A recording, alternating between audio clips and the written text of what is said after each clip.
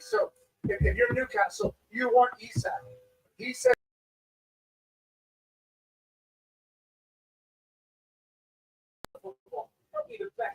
Hello, everybody. Welcome. Missed you all. It's good to be back. The new season is nearly upon us. Bit of a squeaky bum time already, isn't it? A little bit of nerves. Not the start that we were all hoping. But welcome everybody who's joining me, who's joining us. I follow Everton. We've missed you.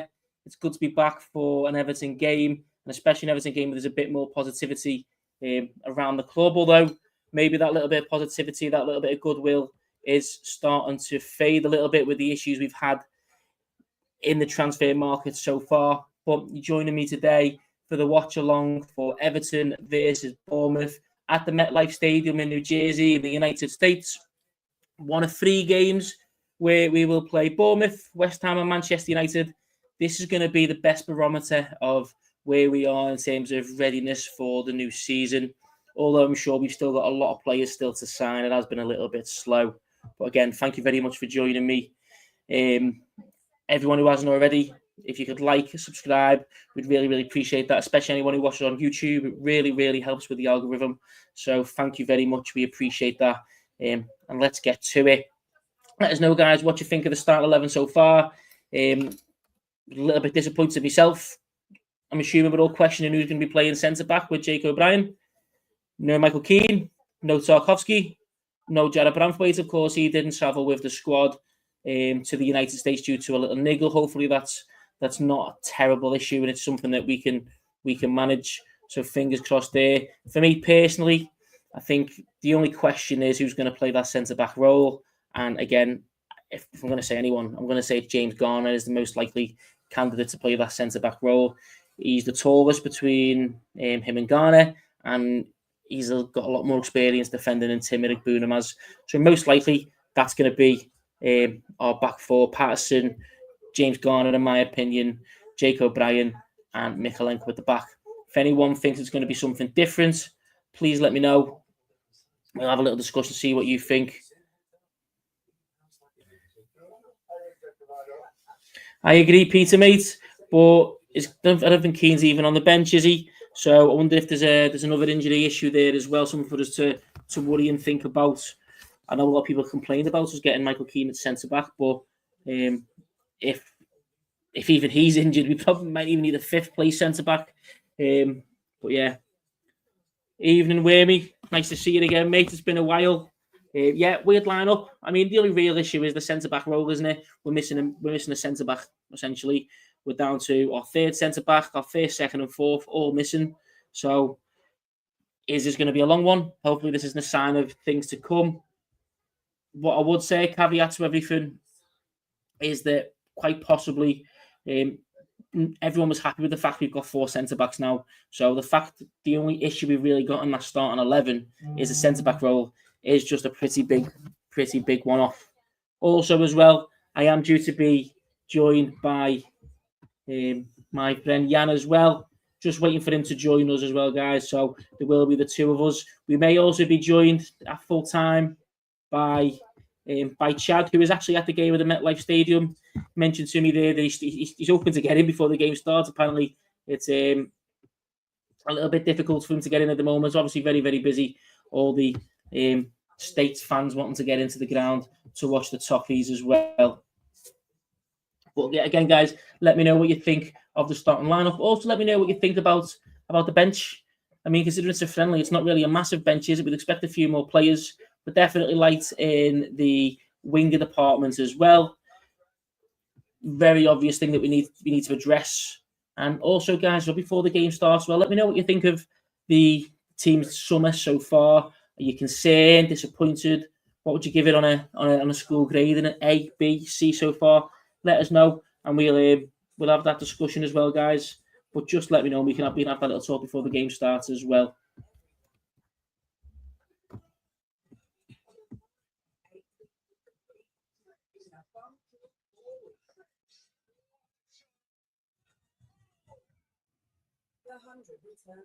So yeah, Wormy, I agree. It's possibly going to be this.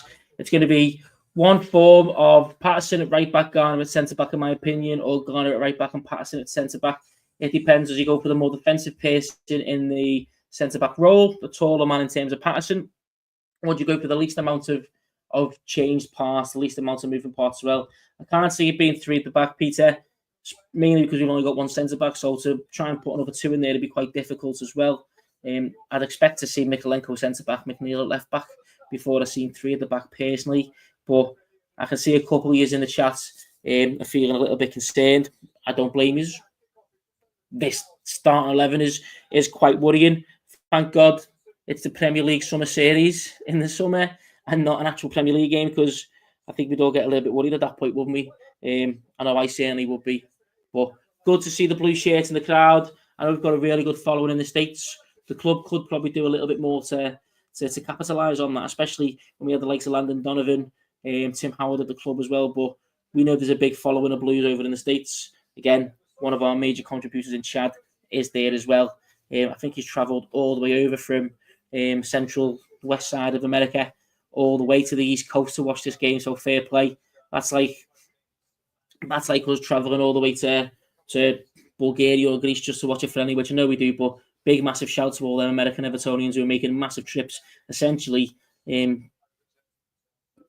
continental trips across just to watch their team play, which is absolutely fantastic. So well done, and a big shout out to everyone doing that. And of course, a big shout out to everyone watching the game live with me as well here. Again, just waiting for my colleague Jan. I can see you, Jan.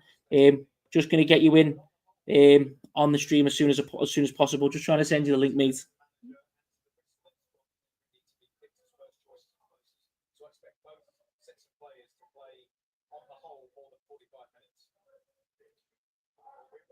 Selections very shortly in greater detail.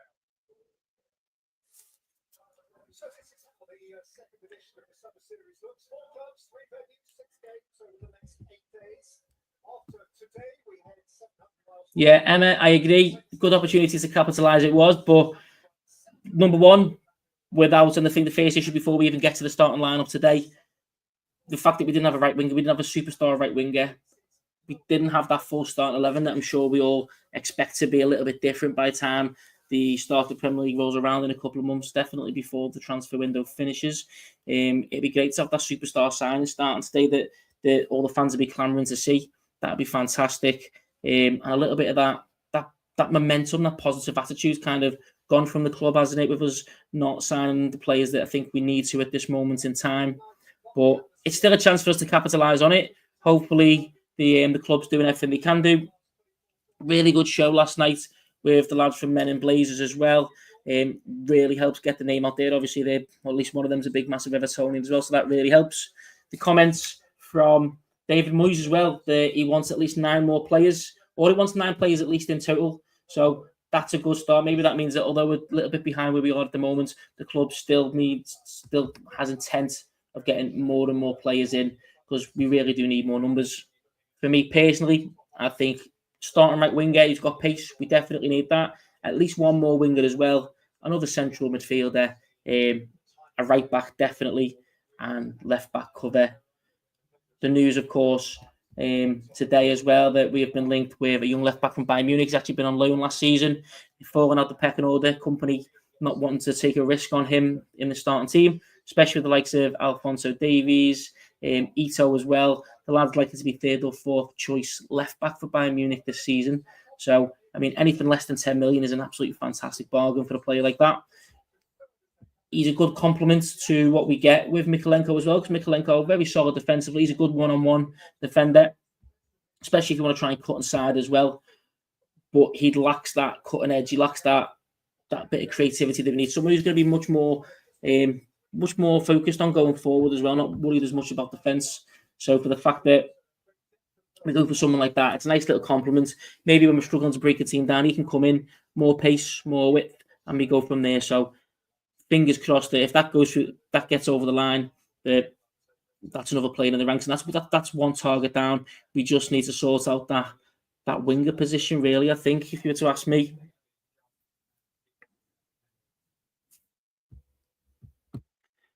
Yes, Peter, I agree with you as well, mate. So you want to get the right player quickly. If you don't get the right player quickly, you want to get the right player slowly.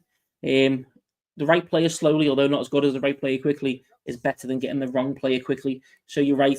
Steve Walsh getting a bunch of central attacking midfielders, that really didn't work. That summer absolutely crippled our club going forward.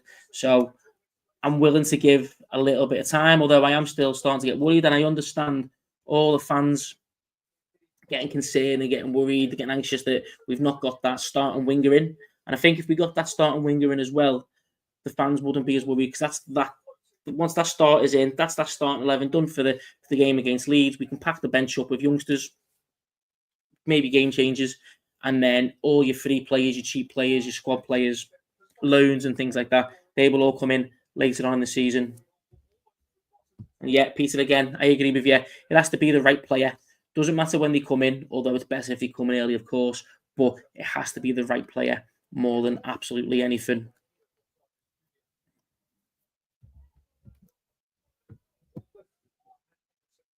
Together into a steamy New Jersey afternoon.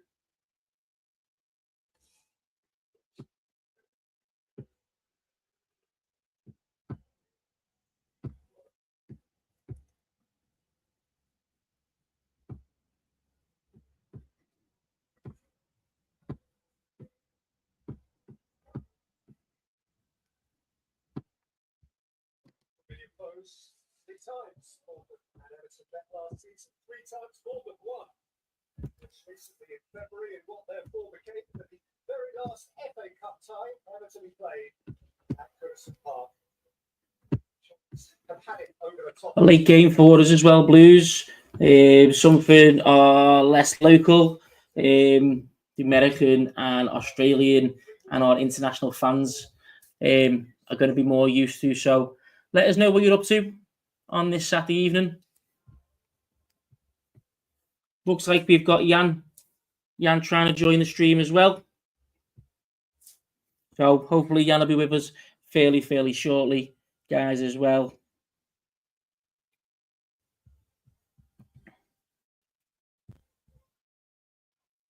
Yeah, mate, this is actually a Premier League tournament, essentially. So that's why they're going to be adding it. This is Premier League licensed. Anyone who's watching it, you can actually watch it on Sky Premier League. So it is very much a Premier League thing. How are we, Jan? You okay? I am very good. How are you, mate? It took me a bit of a struggle to get there. Mate, I can't hear you. Oh, can you hear me now?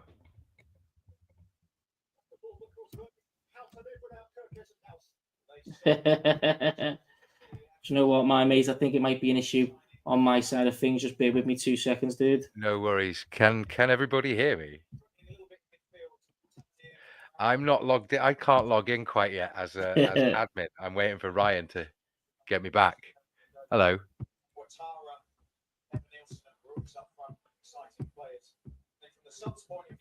Yes, everyone can hear me. Hey, everyone, it's been a while. Yes, everyone can hear me. Excellent. Hey, Dan. Hey, Eugene. If anyone can see if anyone's watching the game, you can see the Everton bench. Wouldn't be an Everton game without 2 goalkeepers on the bench, would it? I mean, you look at that. We've got 2 goalkeepers on. We've got half the bench that Bournemouth have, and we've got 2 goalkeepers on as well. It's really not good luck. How are we, Anne? You okay, mate? Can you hear me? I can hear you perfectly well. Cool. Can you hear me, mate? I've had a couple of sound issues, but there we go. This is essentially my first pre-season game. So obviously I'm shaking all the rustiness out of my legs or out of my computer's legs. Well, I did a computer reset about a week ago. That's what took me so long, because you need Chrome, and I did a real life reset. I've just got back into civilization. I spent about a week up in Scotland, man. It was beautiful. Yeah, whereabouts in Scotland? Near Lockerbie, on a mate's land. It was just camping, doing outdoor stuff. Beautiful. Sorry for any vegans out there, pig roast, all that kind of stuff. It was amazing, but the football's going to start any second and nobody's here. This isn't a holiday blogging channel, is it? Yeah. Well, do you know what, mate? Considering that bench and considering that starting 11, we might be better off. We might be better off just talking about the holiday, mate. So we'll see how it goes. So let's run through it again. Go for it, my mate. The team. Yes. So, in goal, Jordan Pickford. This is his first game pre-season. Obviously, had an extended bit of time off. We've got a back four. We don't know who's back four, but it looks most likely that it's going to be Patterson, Garner, Jake O'Brien, and Michalenko. Eric Boonham and Garner, two central midfielders. Behind the striker, we're going to have McNeil, Alcaraz, and Iliman Ndiaye, and Beto up front. So pretty much a solid starting 11 considering where we finished last season. It's just that centre-back position that's an issue. And of course, we've not strengthened out wide, which I'm sure we would have liked to have done. The bench itself, though, half of the players on there aren't even recognisable. In fact, half of the players on there are just goalkeepers. That's what I was going to say. Are we not having any rumours about, Branthwaite didn't travel, this, that, the other? Well, I think the club quelled it pretty well, haven't they? I think they said that he's injured. We'll believe that. I don't think that's going anywhere. He's just signed a 5-year deal, so either that or pay us 120 mil. Sound is right, but I don't see, considering the amount of players that we've lost and the amount of players we need, I don't see any major outgoings this season, mate. No, I mean we've done the out, and we need to focus on the in. How are you though? How is everyone? Because you know what, this summer has been lovely in a strange way, at least for me. It's been one of looking forward, because in a week's time there's going to be a game at Bramley Moor against Roma, give or take. You know, there's everything to look forward to. All the little businesses that are popping up. I've just got to say a big shout out to my friend who's invited me, Lisa Simmons, who's opening or is going to be at the opening of the Terrace Bar on Friday, right opposite Bramley Moor. And I'm going to be there. People are going to be there. It's going to be great and a new spot. So if you are not watching and you're thinking of what you're going to do on Friday night, it's kickoff. Bournemouth have kicked off. Here we go. Terrace Fantastic. Bar. What do you think, then, mate? What's your prediction for the game? It really depends. I am just gonna turn the telly box.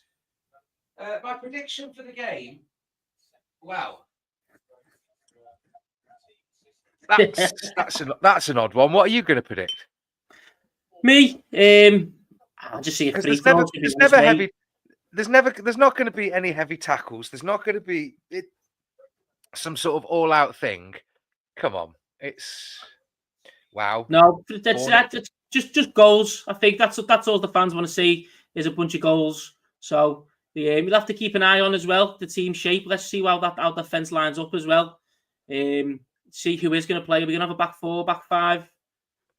Looking so far like it's Michalenko, O'Brien, Patterson. So I think that's what we're looking at in terms of that back four so far. Iraola dressed like Mike Bassett there, proper old school Umbro polo. I mean, you've got the old school top on there. Just like the retro gear, mate, you know what I mean? Bournemouth have had early possession. We haven't really done very much of it. The ball looped in from the left. And I was thinking it would just be very Everton to just concede early on. But, you know, I'm positive now. Yeah, I mean, apart from the centre-back issue, it's a pretty strong team, isn't it, mate? So as long as we get a foothold on the game, should be all right. Finders, that is so funny you say that, right? I was looking at the pitch and it looks like one of the sort of faded things from like a Sega Mega Drive. You know, it's like a bit pixelated the way it's been mown or something. No, I get what you mean. Well, these pitches are still being used at the moment, aren't they? So it's mid-season for them, so no wonder the pitch is a little bit. Yeah, I mean, you never know. It could just be a different style because we're used to the very semi-synthetic green, right? Truffeau's got it down the left, and someone's cut inside. I don't know who it is. I'm afraid I can't tell. But we've got the ball, and someone's rolling around on the floor. And of course, because it's a friendly, he's stopped play. Oh, what you mean? They stopped that in the Premier League as well. Premier League rules, this, mate.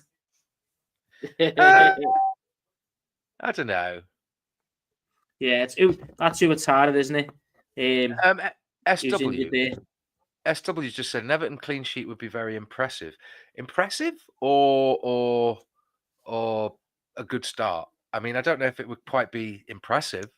I'd like to hope that it would be expected, wouldn't you? I don't know. Some a game I wouldn't expect it, to be honest. But to be honest, mate, I the way we're looking with the squad at the moment, I just want us to get out there with no injuries. That's the main thing for me. A win would be fantastic, but as long as we get through with no scrapes, otherwise we'll be fielding a five-a-side team against West Ham. That's a brilliant pass that forward. Yes, it is. When I saw it, I'm about a second or two behind you, I think.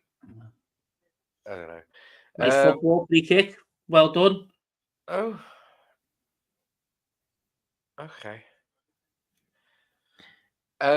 So yeah, what's your son been like? Is this a bit of a watch along, talk along? Good ball to McNeil on the left, who pings it across to nobody in this first half of the box, the left-hand side of the box. Irabunum collects it. Is it Irabunum? Gay? No. And I think you're about 15 seconds behind me there, my mate. I haven't had the free kick taken. Oh yeah, I paused it before when I was trying to log on and it timed it. Yeah, okay, sorry. That's all right. I can't get over the difference in bench size. Bournemouth have almost twice as many players on their bench as we do. Well, I mean, that was awful. That's good football. McNeil on the ball down the wing. Cut across. No one there.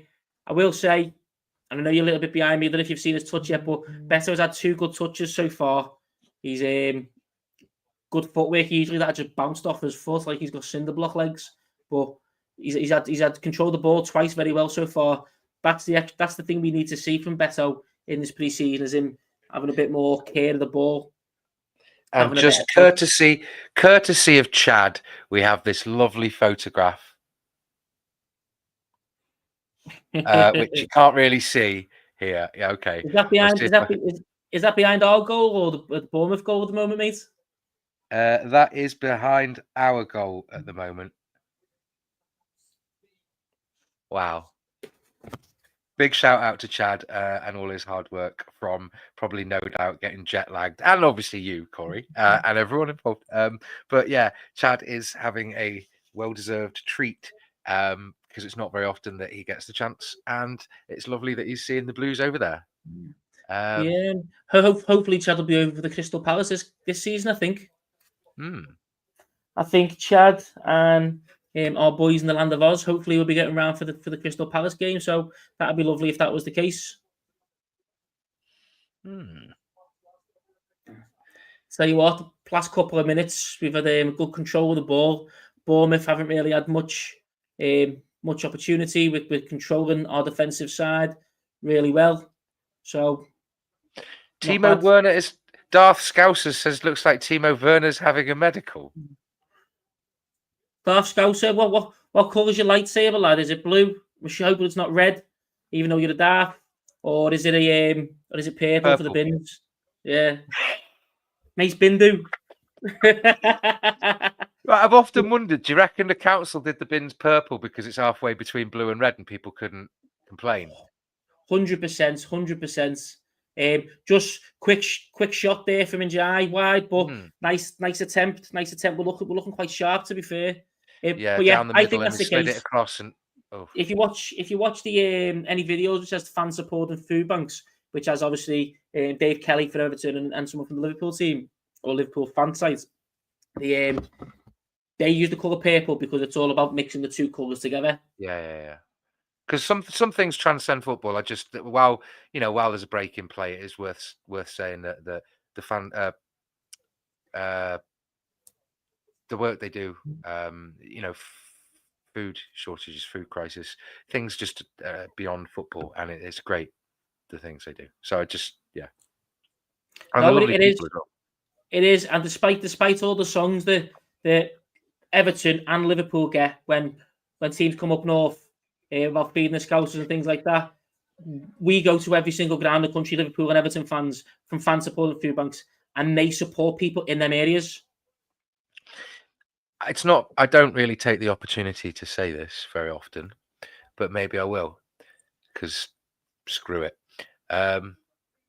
If you or anyone who does think that it's funny to sing something like that, what difference are you actually making? What positive change? Because I'll tell you something. One of the lockdowns that I was in a flat right by the bombed out church, I was there on my own one Christmas, and Christmas Eve and Christmas Day, I went out and made loads of tubs of like chili and spaghetti bolognese and just gave it out to homeless folks because I was on my own and there was all else to do. So, if you actually want to complain or take the piss or anything like that out of Scousers, homeless, anything like that, speaking of which, I'll get to in a minute, then be the change that you want to make, that you want to see in the world. But speaking of, Mr. Old Hall Street is a foundation that aims to help homeless people in Liverpool, and it's really great. So just to shout out to them as well. Definitely, nice shout out, mate. Nice shout out. The little bit scrappy so far for me. 9.5 minutes in. Neither side able to get a foothold of the game so far. Bournemouth having a little bit more possession now. For me, well, one nice bit of skill from Njai. He's fantastic, isn't he, Njai, mate? His individual ability. Oh, he just took on another 2 players. Brilliant. Alcaraz. Garner out wide. Saved by the keeper. So it looks like at the moment, in terms of that back four, Garner's at right back and Patterson's at the centre back role. I don't know what we're going to learn from that. It does look like a 4-4 or a 4-5, a malleable, but it is 4 at the back. But you like you say, it could be a sort of like 3 at the back and Patterson and Garner's slipping it. You don't really know because it's a friendly. It's not super competitive, is it? No, it's not. But I think, especially considering how short we are on players, it'll be a case of just filling in at the moment. And we know from Moyes, he'll give it away by Beto there, loose pass. We know that Moyes likes to do 4 at the back, having a centre back that drifts. A full back will go forward, become a wing back, create that bit of width, and then whichever wide back is also there defending, he will slot in and make a back 3 instead of there being a back 2. So it's very much part and parcel of David Moyes' tactical thinking. It was like that since he was at us in his first stint as well. I don't really think you could blame. That's good defending by Garner, wasn't it? Was very well done. He's a very, very cultured player. James Garner? Yeah, absolutely. Yeah. I think he's still got more to give, to be honest. I think once we've got this team sorted out this season, his central midfield position, once we've got a winger and right back, etc., out the way, I think his central midfield position will be the next one that's maybe being looked at by the club. If not, Idrissa Gana Gaze as well, obviously with him getting on a bit. So I think it's time now for James Garner to really, really step up and show what he's got. Is he going to be that really, really cultured central midfielder? If so, he needs to get his numbers up. Or is he going to be a successor to Idrissa Gana Gaye? Everton on the attack here. Eric Boonham just won the ball and giving it away. If I recall correctly, there were quite a few insightful, considered Man United fans that didn't seem to be pleased that we'd bought him. Yeah, I think there are a few that weren't too bothered with it. It's very much a case of get what money you can for him. But I know a few of them were quite disappointed that he went. To be honest, I'm not to say he's world chain, world beater, but it's not as if United have made all the right choices in other areas, is it? No, they're absolutely shambolically run, to be fair. Good defending from Mikalenko. What is this about Burger King, Flash? I thought it was Ryan that you saw in Burger King. If you want to get me a Burger King, mate, if you work in Burger King, man, I will see you there. Not in any, like, see you there. I mean, like, physically burger, mate. Chicken Royale or Whopper, lad? No, double XL bacon, double cheeseburger every day of the week, bro. That's a man who knows his order. That's a man who knows his order. It's not bad football. We're actually trying to be forward. It's just not really competitive. It's like a lazy game that everyone's got a hangover. Yeah. It's still scrappy, isn't it? No one's grabbing it yet. Which, look, it's good. Bournemouth for our bogey team. So if we can keep it scrappy and not get beat, so that's a massive improvement on the past few years. I think every team's our bogey team. It's like bloody Nightmare Before Christmas. Everton is our bogey team. Sorry, Flash. I was absent as well. I didn't eat anything apart from, well, nature provides. The other week, fresh salmon from a Scottish river, 9.5 pounds. It was so beautiful, so fresh. I ate some of it raw. It was delicious. It was like the most beautiful thing I have eaten in a very, very long time. Here we go. Baconator from Wendy's. There's one in Kirby. Just off the industrial estate, Jan. So if you're ever going past, Wendy's is a heavy one, better than Burger King. Ooh, you know. The thing is, though, I'm curious how American fast food would taste in England, like based on the food used here and the different food standards. Because I've been to America, right, and I have had fast food there, and some of it is really, really, really good. When it's like you go to a place and they do like the chicken and fries and all that kind of stuff. But some fast food actual franchise places, like that they rave about, I'm like, this is just really salty and sugary and like excessive, and it doesn't taste. It's not like top quality food. It's not like. It's Anyway, we're gonna recap that Alcaraz moment there because I'm sorry you could have just interrupted me, mate. Sorry. No, so for anyone who's not watching the game, is relying on our watch along, which we are doing poorly at. I do apologise. Alcaraz just got the ball just outside the box to the right of the semicircle, shot on goal, and a big deflection out for the corner taken in and fairly safely gathered by the goalkeeper as well. Shout out to nature. Yes, nature provides. That it absolutely does. It was beautiful. Scaffold pike. Sorry, carry on. No, it's okay, mate. Bournemouth just passing the ball around now, moving on from the goalkeeper, making it up to the semicircle. Everton basically only pressing from their half, not pressing in the opponent's half. Bournemouth looking a little bit patient at the moment. We are backing off.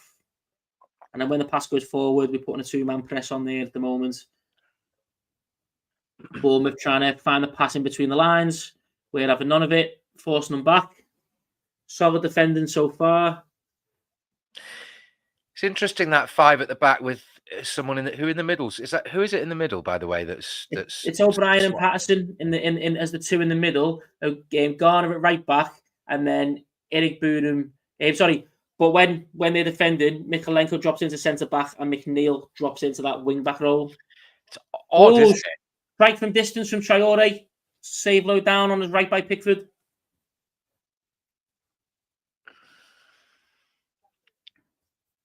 It was a decent strike, that. Good bit of power, but again, we're keeping them to distance shots at the moment. Good defending. And now Njai on the right. Just looking to do the work all by himself with no support. And he's stretched too far, essentially. Bournemouth have the ball again. Everton look to get back into shape.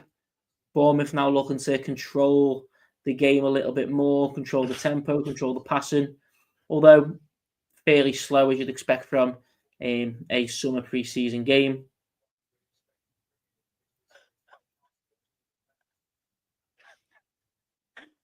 I'm just amusing myself with Drew's really put himself or herself in the firing line.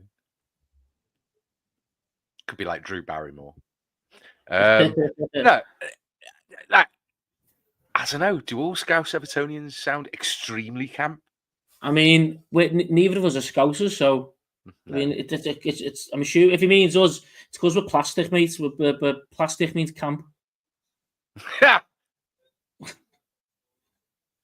Yeah, mate. If you'd like more education, go down Matthew Street. It's only Brummies down there today. No. Definitely not Birkenhead, mate. But definitely over the water. But not Birkenhead. I only live over it. I used to, like I said, I used to live in L4. I've lived in L1, and I've lived in several different L postcodes. I just lived. Well, we are on the attack here. Ball put out of play. Nice bit of attacking impetus from Alcaraz. Nice bit of footwork. He wants to get forward. Wants to be direct. We want to see more of that from him as well. We have a throw in right hand side, pretty much on line with the edge of the box.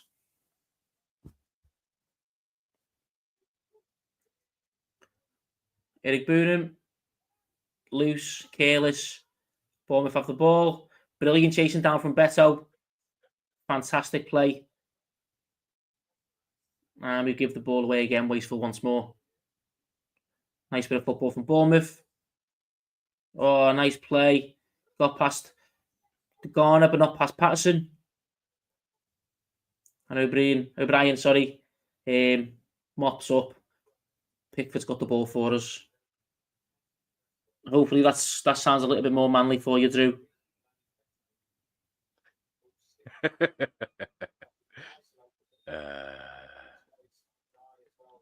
I find it interesting that people need to discuss the concept of manliness, because in traditional masculinity and manliness, I mean, it's not really about how your voice sounds, isn't it? Isn't it? I mean, my idea of it. Sorry, if we're just going to talk about this, well, isn't it about like protecting vulnerable people and like sticking up for people who are sort of weaker, smaller, endangered? You know, it's actually using your strength to your advantage. It is, but to be fair, just one sec. Yeah, we're on the counter attack. Ball in, blocked. Nicely done from Eric Bournemouth. Alcaraz goes for goal. Ooh, and save from the Bournemouth keeper. He had to get down low, and he's now gathered the ball. Man on the ground. Gameplay stops as well. But Petrovic there, who Bournemouth have recently signed from Chelsea, similar to how Jordan Pickford did that to get down low for a shot outside the box. But fairly routine save for the goalkeeper. You'd expect them to make that save. It was. I agree, SW, mate. A little bit awkward on that kick cover as well, isn't it? Especially with the team in red, you'd think they'd give him something that stands out a little bit more. That was. It wasn't a bad shot from Alcaraz. I'm actually becoming a little bit more impressed. With what, sorry, mate?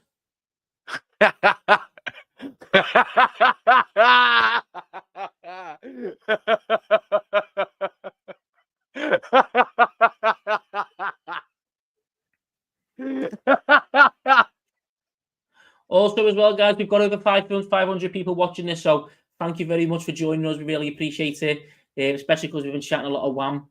For the first 20 minutes, not much about the football, so we appreciate you joining us. Keep the comments coming. We'll respond to as many as we can. And remember, like, subscribe, especially on YouTube as well. So we really, really appreciate it. Thank you very much. Up the toffees, let's go. Everton, another counter attack now. McNeil out wide. Shifts it to his right foot. I don't know why, because he's only got a left foot. And then out wide to Ajayi, who floats out there. Alcaraz was doing hard running up to catch up with it. Mikalenko, the new number 16 as well, taking the Corey's number. And then it's Adrissa Gay. Everton with a small spell of possession, but we just want to get forward quickly, to be fair. Nice ball from Eric Bournemouth. Finds McNeil. His cross is blocked, and Everton have a throw by the corner flag on the left-hand side.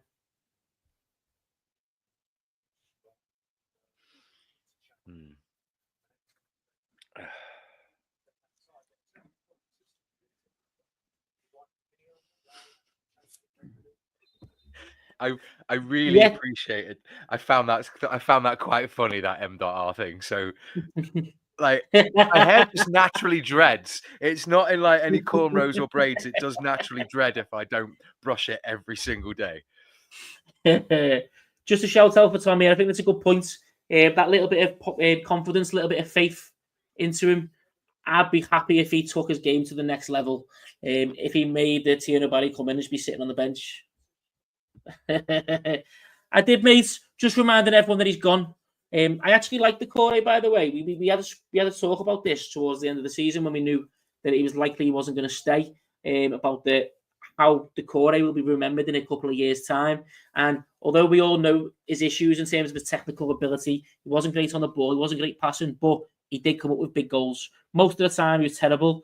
Jan, you'll know how frustrated I would always get with him as soon as he got on the ball in the buttons. But I think he was.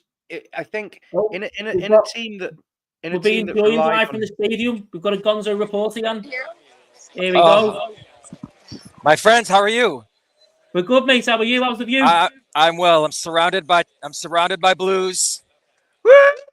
Up the toffees, isn't We're it? up, having a good old time. What are we thinking so far? A back three? I think it's a back five in defence, back four in possession. Get the comment off. I want to see. That sorry, lovely, man, lovely mate, there we Everton go. shirt. This is the new one. I got Alcaraz on the back of this one. Hold on. Yes. Oh, Man. this is my oldest son. He's rock. We're live in Liverpool right now. You guys want to join in? Woo! This is follow Everton. Yes, gang. Good Fellow night. Blues. Hey guys, up the. All right, we're back from the hydration break. I'll join you guys for halftime. Peace out, mate. Enjoy. All right. Bye-bye. Beautiful. Ah. There you I go. didn't Nice. know, I don't mean this in a terrible way. This is sometimes you get. Chad is such a together guy, and he looks like he could just have stepped out of university and be straight, fresh faced, and he's got like two people next to him. They're not just babies; they're people. he's got that American Hollywood look, hasn't he, Chad?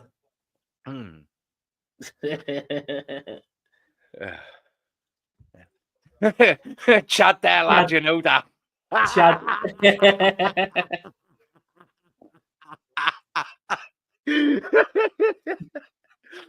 Oh. Hydration break. Speaking of this, guys, even though we are indoors, it has been a very hot day and it's muggy, so make sure your pets have got plenty of water. Make sure you have got plenty of water. If you find it difficult to take care of yourself, treat yourself as if you were your own dog. Right? Love yourself a little bit. Does that mean I'm putting me cookie crisp in a bowl and just eating it? No hands.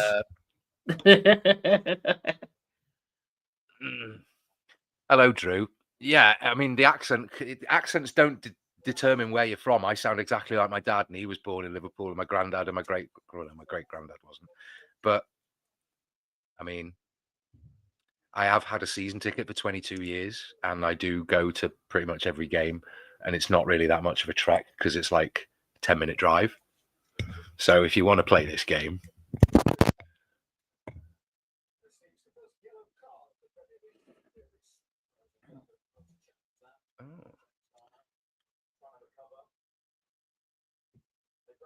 The game. Oh, it's Chris is joining us as well. So there's been a yellow card in the game. We should probably point out, and it has gone to the man. No one let Drew know that we've got an Australian back on the stream as well.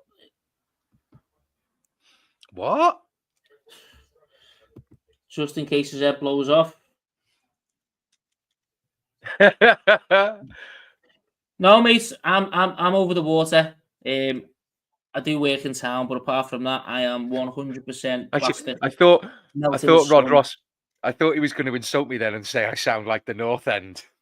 As long as it's North End Liverpool and not Birkenhead North End, mate, you sorted this down. Business there, lad. Here we go, guys. We've got more than halfway to what our target is for the day in new subs. We've got over 550 of you watching, so even if a small fraction of you subscribe to us, please, we really, really appreciate it. It'd be fantastic, and we'd absolutely hit that target with absolutely no issue whatsoever. So please, if you're enjoying it, or if you just want to listen to accents from around the world, hit that subscribe button, because we've got lads from all over the planet joining us over the season as well.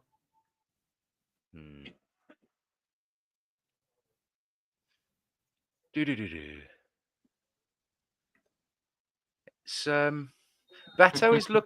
Beto's looking dangerous, isn't he? He does look a bit wild. He's got a certain unpredictability that when the season gets started, I think he might, we might see him get given a chance. Yeah, I mean, look, he's number 9. I think he's going to be. It's his shirt to lose. I think Barry has to knock better off his pitch more than anything.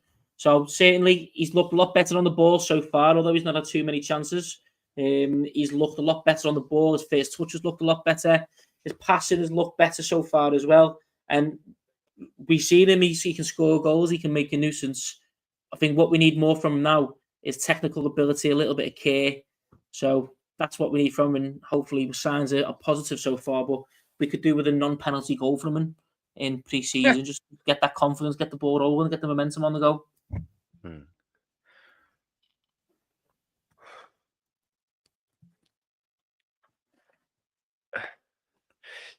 That's interesting, Joey 11. Rotic is where you overpronounce R's. This is my wheelhouse. But the interesting thing is the colonies accents in America, Boston, Philadelphia kind of area, is more closer to the English accent that would have been used at the time in the 18th century than any English accent surviving today.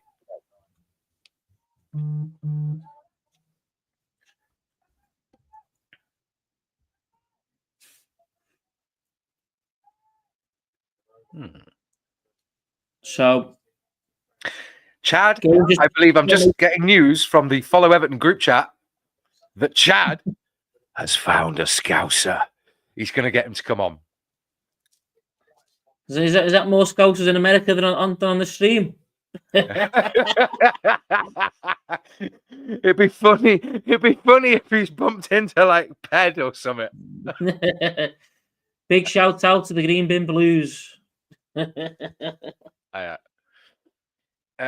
Ooh, that's interesting. The water treatment facility doesn't smell by the time you get anywhere near Bramley Moor. Yeah. Like I've driven that way. I mean, probably less than normal, but I've driven that way 3 times in the past 4 days. And it doesn't, like, I don't get what people are concerned about. Nah, do you know what, mate?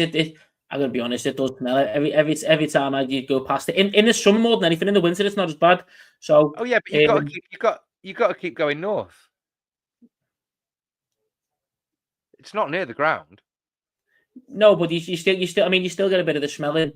It's worst place for it's Bootle, Dockside, but you still smell it up to town. So you still smell the stadium, but it's going to be more. Like I said, do you want to field this Philly Red Devil? I'm new to footy, but from what I've learned, Everton was somewhat of a giant back in the day. Can anyone explain what happened? In short, the 80s were a great time of resurgence under Howard Kendall, but the ban on English football teams in Europe meant that certain players left for, like Gary Lineker went to Barcelona, Howard Kendall went abroad. And then by the fact that Everton, United, and a couple of other teams were instrumental in forming the Premier League with increased revenue, but we didn't push on, unfortunately, and it was a very gamble. It was kind of the early days of sort of capitalism and venture, and like the big companies that were big a couple of 100 years ago that have gone on and steamrolled their way forward in sort of like banking, like Lloyd's, the coffee house. But basically what happened is Everton did not have the right sort of investment and injection of cash from multinational companies, and we had people trying to the prestige of owning the football club offside. Peter Johnson, and to an extent, Bill Kenwright didn't pump the cash in that he could have done, and he went into musicals instead of like production and other things. So unfortunately, the 90s was decline, and then when that gap has started in the 2000s with TV money, and it's not really about who wins the league anymore. It's just about getting constant European football revenue, and without that, it's just become a snowball, and it's like trickle down economics. The gaps just continue to widen and widen. Yeah, and the fact that we just win, whereas all the other teams, especially the founding members of the Premier League, the bigger clubs, which we were very much a part of that, come the end of the 80s, start of the 90s, they all done things correct in a corporate side of things. When football moved that way, we never. We stuck with that plucky Everton community tag, and it's harmed us ever since. We didn't take the plunge when other teams did, get ahead of the curve in the 90s when all the Premier League money come, and we've struggled from there, really. Yeah, I mean, you can see the bigger clubs: Everton, Liverpool, Manchester United, Arsenal, Everton. I mean, Leeds were vying for it, and they overextended and then couldn't afford it. Blackburn tried it and won the league, and then couldn't sustain it. Those kind of things. It's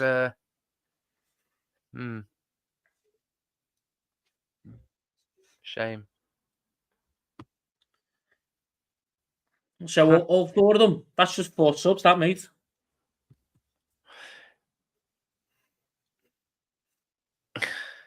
I mean, Philly. Bournemouth have got more. Go on, mate. Sorry. No, it's okay. You were just going to say. I was just saying that the game's really delved into a similar pattern. Not much happening. All the possession going to Bournemouth. Everton not keeping possession very well. As I say that, we've just won the ball round about the halfway line, looking to counter attack and giving the ball away again too easily. It is very much Bournemouth having control of possession, not doing much with it. We get the ball, get towards the halfway line, and not much going on from there. Beto pretty isolated. Stuff that we're really used to seeing over the past season or so. Yeah. And the comments are coming up talking about the origins of the Premier League and our failures. And the thing is, I tried to keep people's names and individuals out of it because, again, there's always, it could have been this and that. And,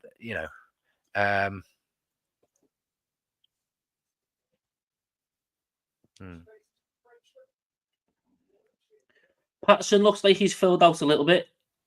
Don't know whether that translates to his ability on the football pitch. He had a decent assist behind closed doors against Port Vale, but we really need a right back. Just showing up. To be honest, I am a great believer in building up core, working muscle strength for footballers, because to have that, to have muscle mass and to then to whittle it down for speed and agility, I don't know. Anyway.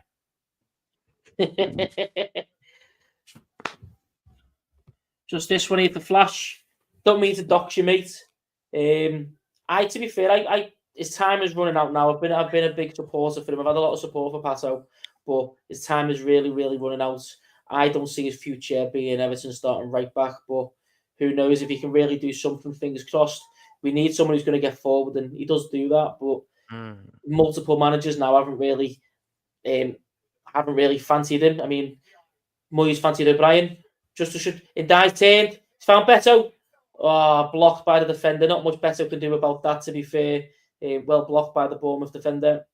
Good move from. Yeah, he just ran in on the left, and the ball came through. Illiman and Ndiaye done some good work wiggling it through, and it's back down on the left now. Is it? Irabunum is running forward. McNeil's going for the overlap. He's passed it forward, but it's going to get run out. There we go. Yeah. Everton. Oh, we love Everton. Everton. Oh, we love Everton.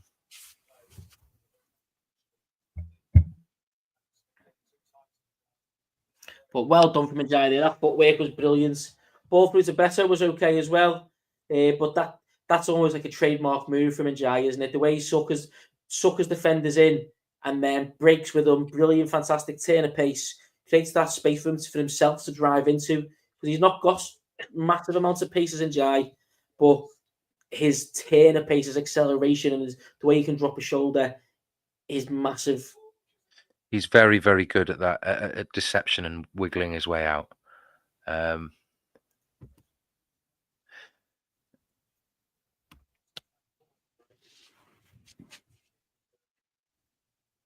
It's funny you say that, Peter Duggan, because it is well known that, like, when Claudio Ranieri was manager of Leicester when they won the league, he employed a doctor that was banned from a sport, but it's also banned from a sport. I think it was the cycling team, the Italian cycling team at the Olympics or something, or the Tour de France, for overprescribing salbutamol and inhalers. And a colleague of his, or somebody embroiled in a similar thing or the same thing, was also employed at Liverpool Football Club in the year or the 18 months preceding their title win. And that was when I think about 80% of their squad were apparently prescribed salbutamol inhalers. Yeah, I did remember it. It'd be great if I could get on a Premier League list then with that. It's literally admitted. Liverpool fan channel, like I think it was Rourke or View or something like that. Someone came out and they talked about it. It was open. It was like literally documents said that something like 84% of the squad had been prescribed. It is ridiculous. I did remember hearing that. Was that under Klopp? Was it? Anyway, that's the red shite. We don't talk about them. This is an Everton stream. But yes, unfortunately, football is pay to win, or win to pay, and it becomes a cycle where you get the revenue, and when there's no cap, but one's own continued success. It's like when they say, well, you live in a free world or a free country. You're free to go on a luxury 5-star holiday and then get flown in a helicopter.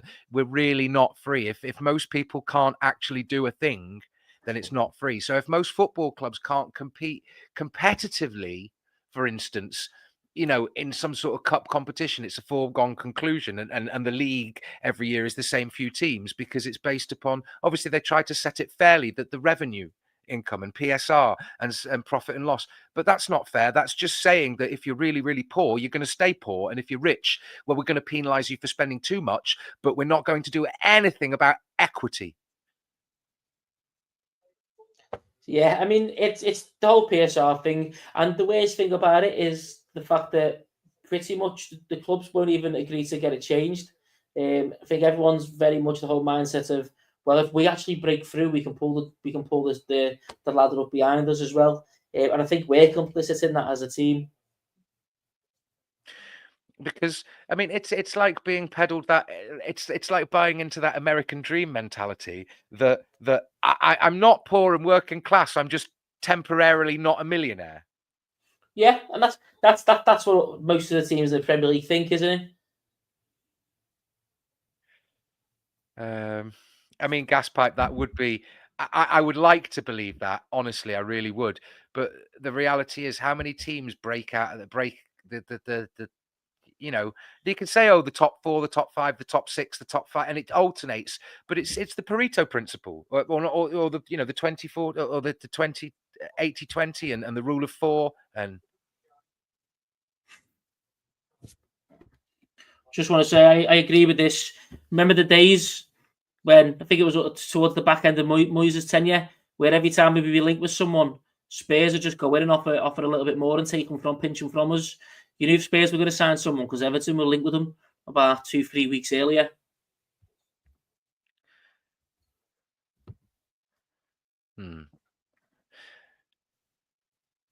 Anyway, again, just same for anyone watching us and not watching the game. The same pattern of play so far. Not much to mention. Bournemouth again having most of the possession, not doing anything with it. We're defending well, but when we get the ball, we get into their half essentially, and either better is isolated, or the final ball is very much lacking. Oh, I'm optimistic. I absolutely am, but also I'm kind of realistic. It's that while there might be exceptions to the rule is that you know, that we're not going to see this season. We're not going to see Villa and West Ham and Everton making up the top three, are we? Whereas back in the day of football, before it became super inflated, now I understand players get more wages and value and all this kind of stuff, but the whole bleh, yeah. Well, Yeah. the Premier League's also the worst for it.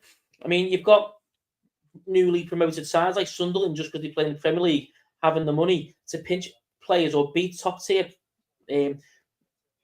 French, Italian teams, 2 players, because the money's there. So as a league, we also do it. It's just it encourages that disparity from most of the league compared to the rest. Corner to Bournemouth, by the way. They just tried to attack, got down the right-hand side of our box, or our left-hand side there, right.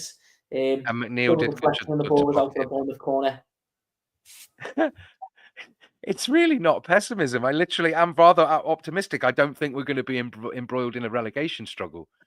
I think we're going to see positive signs and things moving on.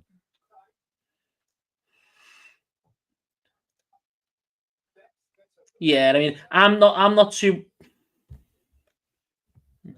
This is on Sky, mate. Sky Main Event and Sky Premier League. Premier League.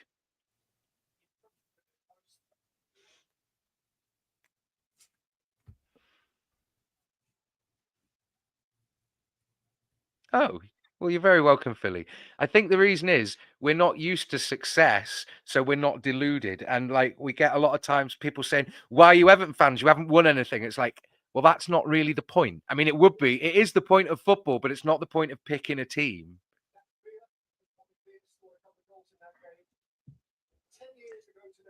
I think mine was just to terrorise my family. They're all Reds. Oh, Rod Ross, that would be yeah. Yeah, and remember that team had a poor start. I think they struggled in pre-season, lost their first 2 games, maybe even the first 3 games. Didn't have a great start to the season, and they just went on to smash it. Same with Moyes, 04-05, poor start to the season, went on to finish in a Champions League place until Kalina screwed us. Oh. Was that the Fiorentina game? Villarreal game at Goodison. Yeah, Duncan Ferguson's header, and Duncan Ferguson's completely perfectly fine header, and he brought it back. I was there for that. I was sat. I remember. I thought, oh God, when did I sit in the street end? And I have sat in the street end quite a few times, and I just realised it's all these odd occasions because my season ticket's not there, and it was actually that game. Because at the time my season ticket was in the sort of near the corner of the street end and the Bullens near the corner flag, and I was like equidistant in like the street end as I normally am in the lower Bullens at the time, and yeah, I remember that the match under floodlights, and it was right at the other end near the park end. The controversy, something went on. Yeah, just fucking. Oh. I'm far too young to remember that.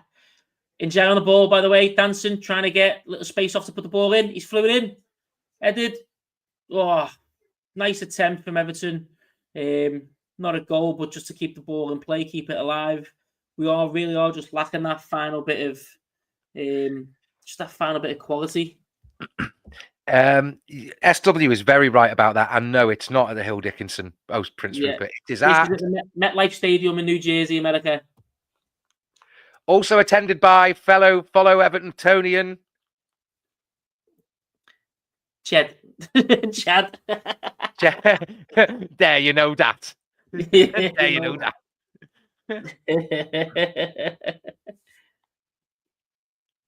Oh, and a Bournemouth player went tumbling, trying. Was it Tavernier? No, trying to get a penalty from nothing. Evan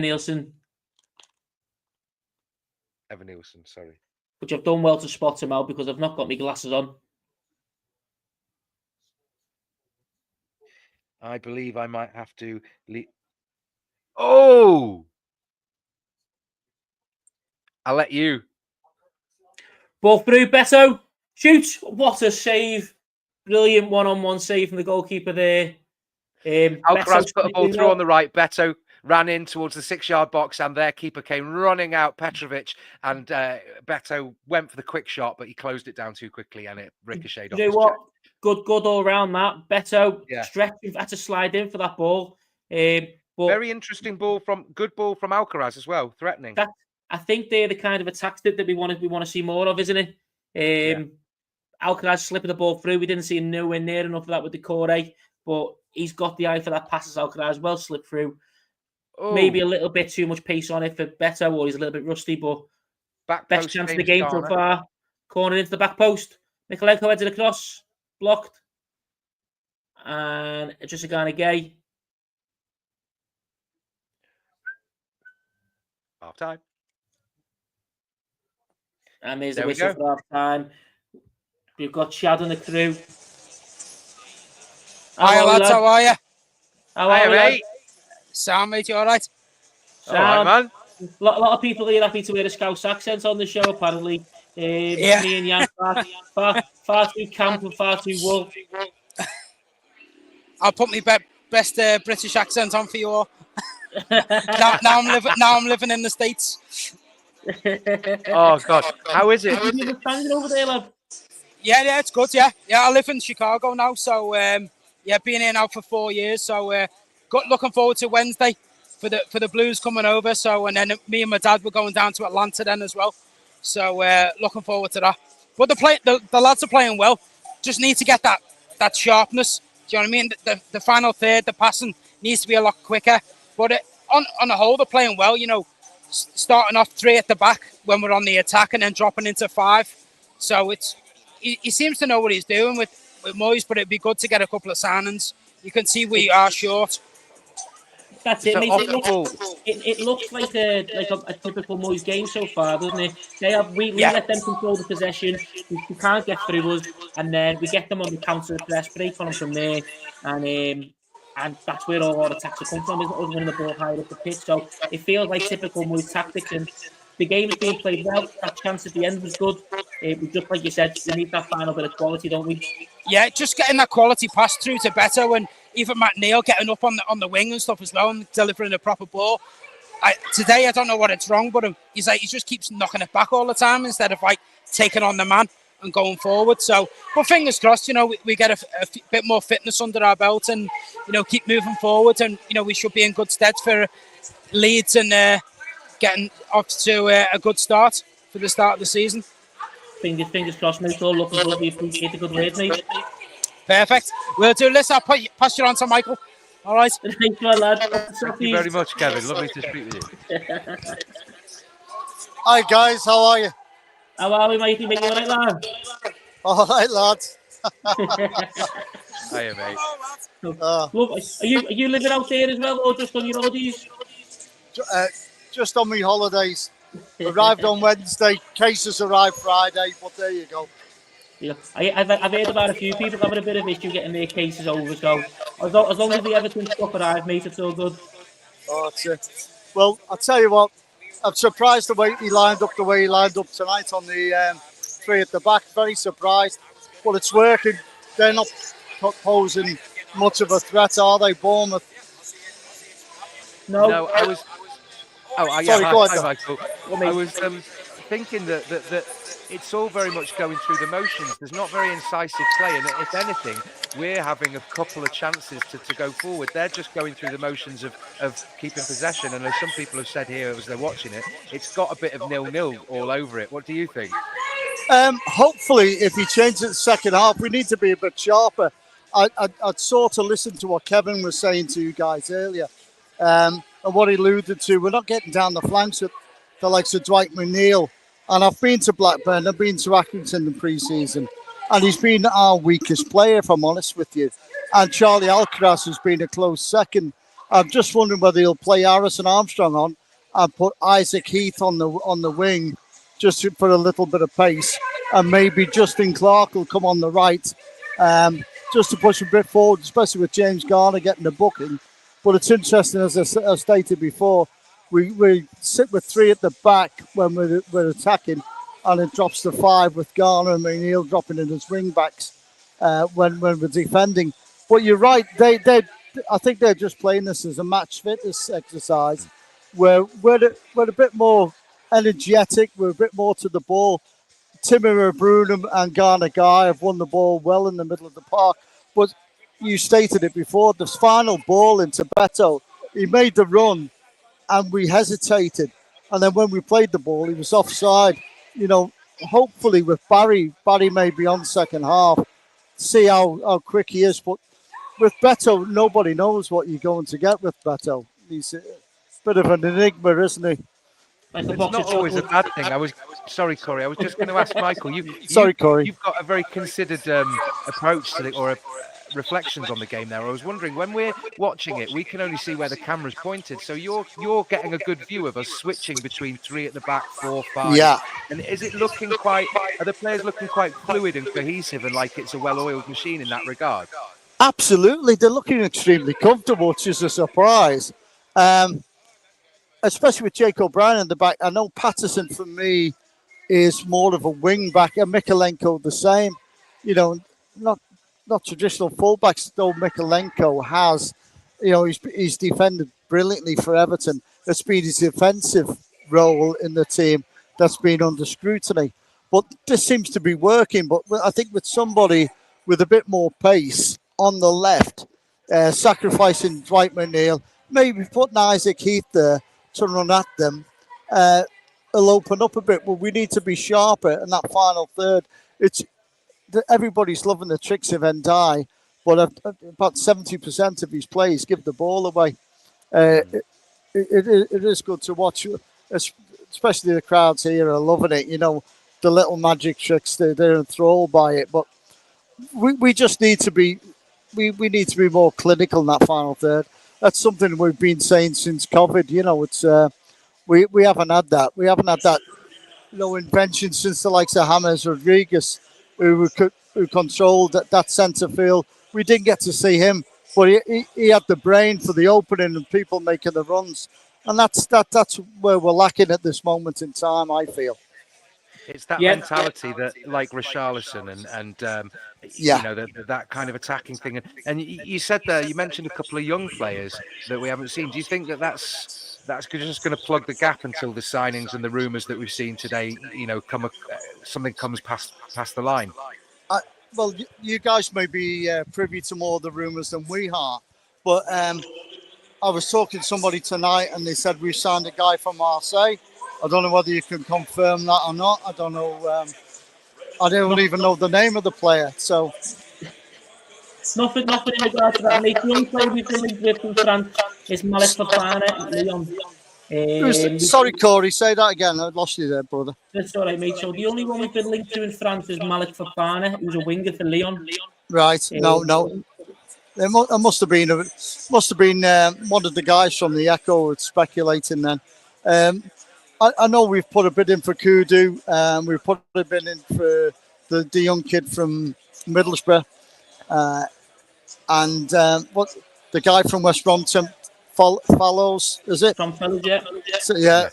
But from what I can glean, you know, you look at historically, Moyes, I know it's a long time since he was in charge before, but just go back historically, and he's always been a guy for the late signings.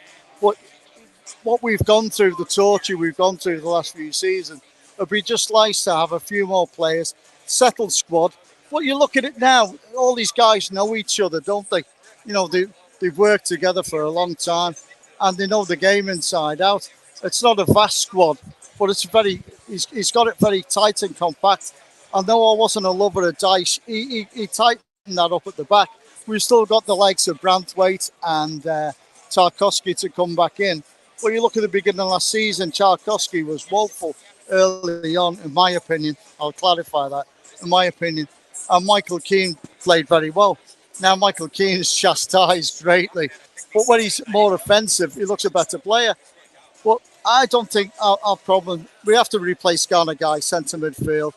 It'd be nice if we could get Branthwaite and Tarkowski back in the centre, if that's what we're going to play. Or is he going to play Jake O'Brien and Branthwaite? Remains to be seen. Will Seamus have a part to play? Will Patterson seize the opportunity and try and make that right back position his own. I don't know. But this Isaac Heath and this Justin Clark, they're exciting prospects, these kids.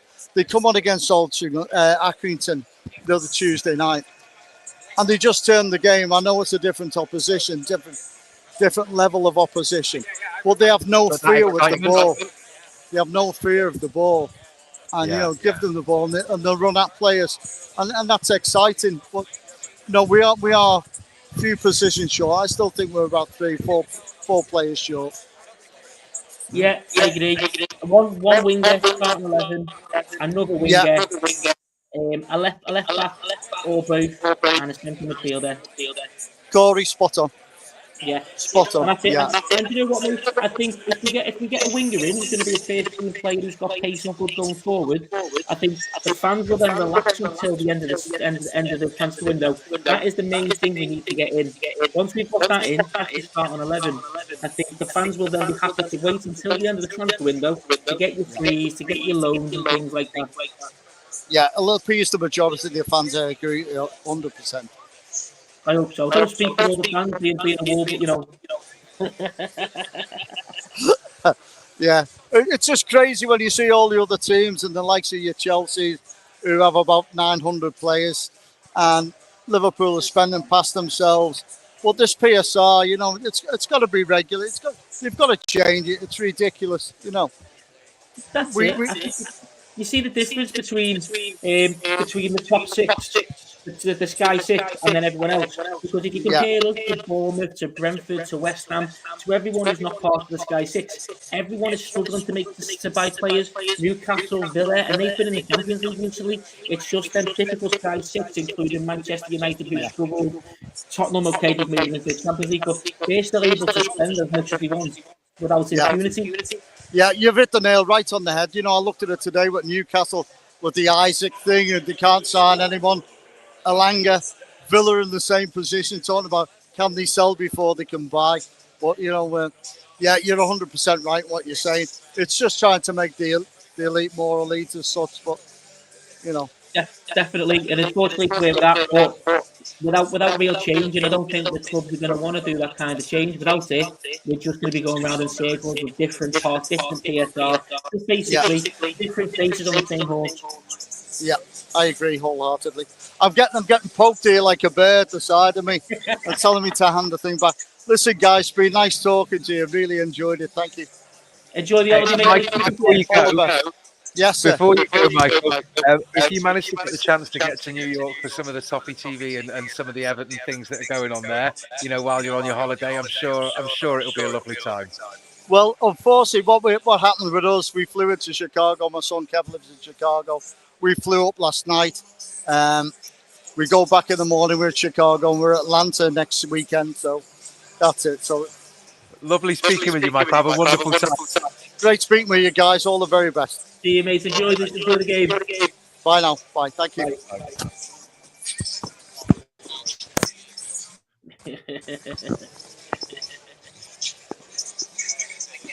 What? Only there I'm very glad there was quite a few Chicago things, and Chad, I think he had a Chicago Red Sox. No, I think it was Cubs, wasn't it? Oh, sorry, yeah. That's it. Chicago Baseball Cubs. team, the Cubs. It's not the Bears, right? But even so, I've got my Green Bay tattoo here. I'm just bear with me, everyone. I'm going to leave it in the very safe hands of Jan. I am desperate for a wee. This orange juice has got. Because I was about to ask the same thing. You go. And yeah. Probably I'll cover you, mate. Yeah. See you in a second, piss boy. We are terrible wind-ups. That's true love, isn't it? It borders on bullying, and you wear each other down so much that you're just reliant for breadcrumbs of affection and validation and acceptance from your guy mates. So that was some insightful reflections on Michael, who's clearly watched a lot of the game and paid attention to the pre-season. I mean, he's flown halfway around the world to be there, and he's hopeful that we're going to see some of the youngsters come on. And I mean, it's nice to see that as depth in the squad going forward for the season. But like you said, and, Corey agreed and was praised for his astute observations, that we do need some more players. And the fact that, McNeil might telegraph it because he's always left-footed, or Njai like does this great work and, as he said, gives the ball away. That we don't have the complete setup for the squad. And I wish I could get some of your comments up on screen, but unfortunately, I'm not logged in as master in charge for the day. I'm just a guest here. So, what delusions is this, Joey? Who's on about delusions? Oh, is it? I think we're being wound up by Drew. I don't know if Drew's one of Ryan's secret accounts here. Yeah, wash your hands, Corey. No, it'd be interesting to know. Anybody here in the comments going to go to the Roma game? Let us know, because I think we'll have quite a few of us from the team who will be going. And I've just had a message off Corey. Oh, God, he's fallen down the toilet. No. just I'm a child. Yeah, look, if Drew, if you're going to come in, Drew, and give it us all this, have you washed your hands, mate? I have, mate, yeah. All right. Can I go the loo now? I've been You chatting. can go, you can go, yeah, you can go. Magic. Sorry about that, guys. Just want to give a big shout out as well to my fiance Laura, who has locked herself away in the bedroom while I do this, giving me space with the living room, the telly, the streaming. So she's locked herself away in the bedroom, doing her toenails, watching the TikToks while I do this. So big shout out to my fiance Laura. Thank you very much. I know she's not watching this because TikToks and true crime is more interesting for her.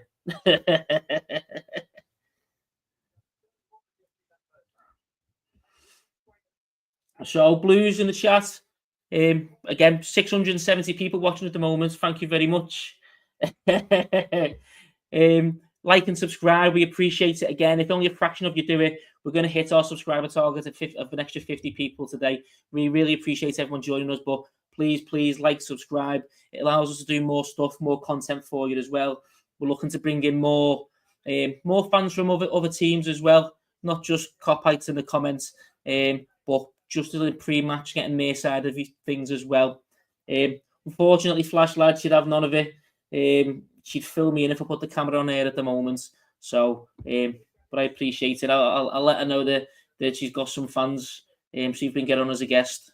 What I will say, she's got some fans. She's got some fans. Apparently she's got so. Only some fans. Flash is requesting it, so. Do you know what? I will say fair play to her. I took her to a first ever Everton game, not last season before, and she knew straight away. She within about 20 minutes of looking at Mopé, she went, "He's crapping." Within 20 minutes, so fair play to the girl. She knows what she's on about.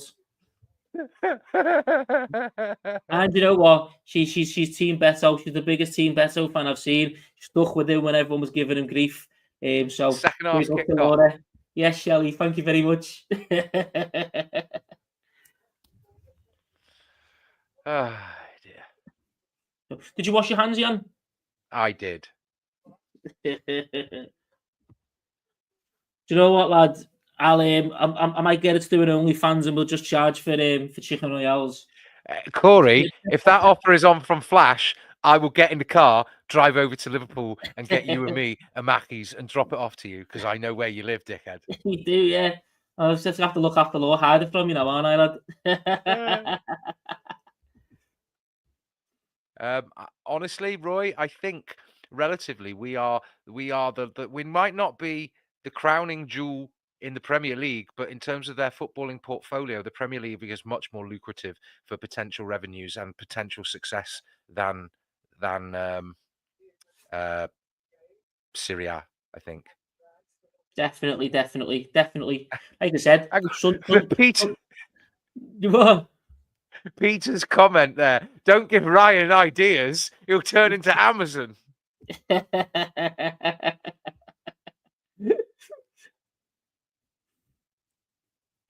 Oh, Danny, happy 60th, mate. Happy 60th, mate. Happy birthday, lad. Happy birthday. Definitely, Shelley. She knows her stuff. She pretends she doesn't, but she knows her stuff. Sweeping at the back, laid back, tweaked, ball. No! Okay, the ball was carried over to the back post. I think Garner laid it off for Njai, who sort of smashed it a bit. At 45 degrees, smashed it a bit wild, laid back for him. It went a bit wild. Irabunum or got a foot on it. No, yeah, and then Alcaraz hit it and it smacked into the back of Beto, unfortunately. Very, very Everton side of things. The ball to the back post, fantastic, and the little control from O'Brien.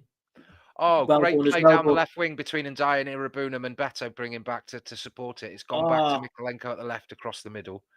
And we're playing quite incisive. He's O'Brien's just turned and found some space. Pickford's lumped it forward. Are we going to get the ball? Offside. 61 Flash. You guys are the same age, this sort of generation as my dad, who was born in 61. So he would be 64. yeah. It would have been 64. And yeah, he remembers going in the boys' pen. I've got an old scarf.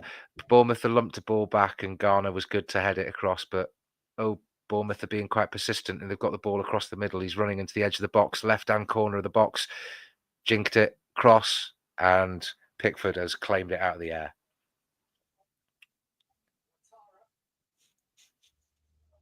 Yeah, well handled there by Pickford. Yeah.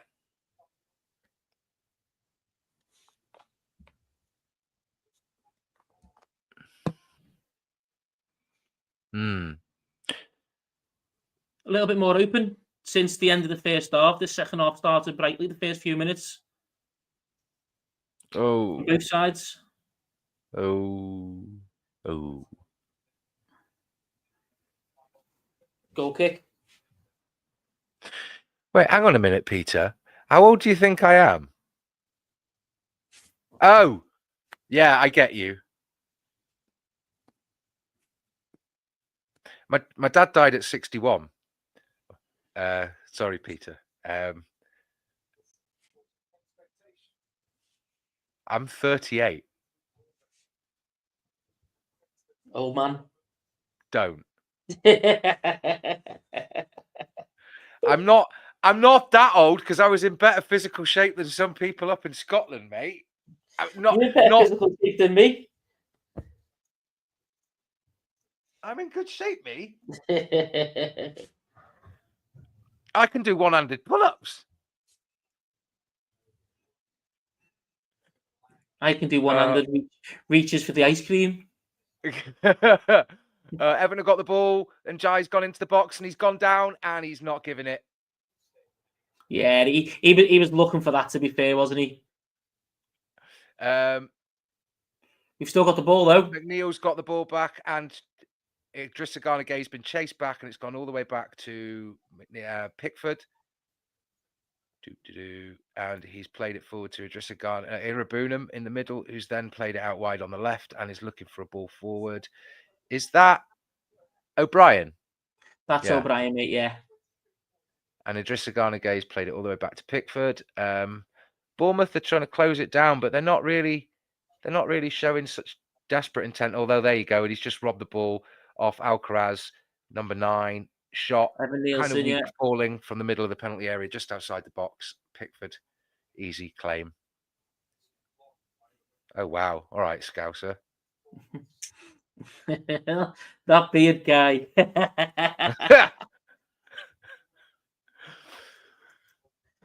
Lumped forward. Beto's chasing it down, and nothing.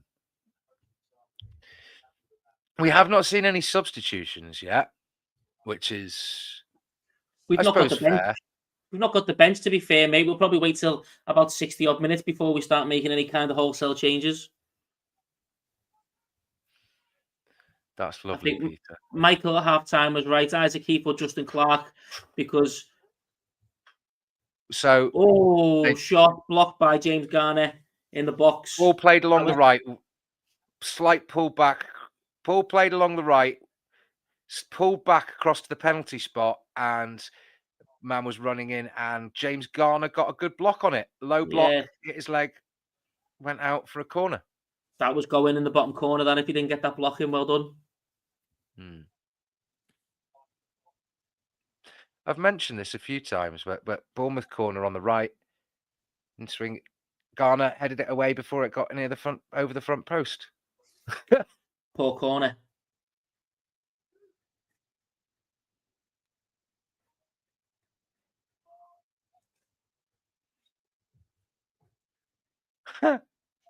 That beard Pick- guy. All right, okay.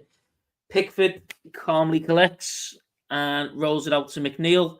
Everton Who looks to eventually start the gets attack fouled. inside their own half. Brought down. About 7 yards away from the centre circle. You've got to bear in mind that although they're athletic and then they'll have nutritionists managing their diet and sleep schedule and all that kind of stuff, that going abroad and losing 5 or 6 hours and then adjusting is not an easy thing. No, it's not. They've only been over there, 3-4 days, something like that, about 3 days. Yeah, so yeah. I mean, both teams are doing this, so it's not an excuse. But although it is if you're trying to excuse a poor game. But that being said, I don't think it's been a poor game. I think Bournemouth both teams are playing through on the right, collected easily. Idrissa Gana Gay and Irabunam have got it. A ball through to Alcaraz, who's played it out wide, and unfortunately, Njai just couldn't get it, and it's gone out for a throw-in. What I would say, passes like that, although he's a bit rusty and it's been a bit overplayed, the fact he's got that vision, as soon as he gets that ball, he shifts the momentum goalward, so he's still driving forward. Whereas the Corday would take about 3 touches just to get that under control. He shifts that momentum forward and looks to play that pass into space. It allows us to play on that front foot. Yeah. Yeah, I although Michael said he's been a bit anonymous, again, it's a whole team effort because he's not the fully experienced player. That was a bit of a foul. Come on. And he's just given. So Patterson was pushed out and possibly arguably fouled by Evan Nielsen, I think, and he's just given them Bournemouth. It's a friendly, innit? Goal. Mm-hmm.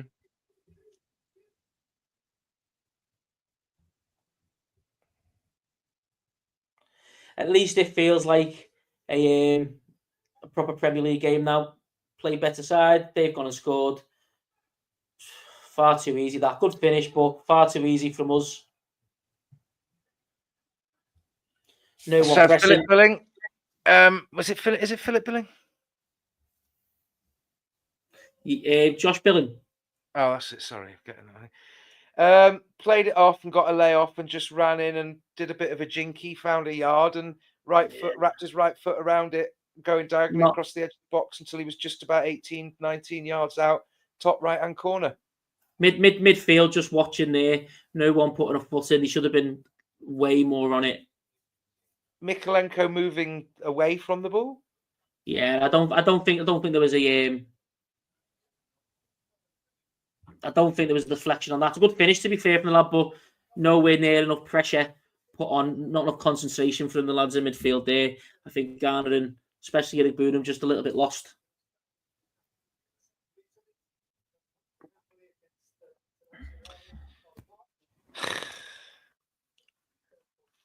Everton get the game restarted with a long ball forward, headed out off Beto, and goal kick. Building with a Swede like Wales or Gummidge. At least it's a friendly. And we've signed some extra players that should augment the squad or add to it that aren't currently on the pitch. Well, one player. The other one's a sub goalkeeper. No, what about Asnu? He's not signed yet, but if he does, then yeah, he's due for his medical tomorrow, apparently, as per Fabrizio. Who, let's be honest, isn't really a tier A source for Everton news. A what? Huh? What? Fabrizio, not a tier A source for Everton news. Oh, Chats tier a lot of A. Not a tier A source. I was like, I'm not going to tell you what I thought you said. Yeah, please don't get us cancelled, Jan. I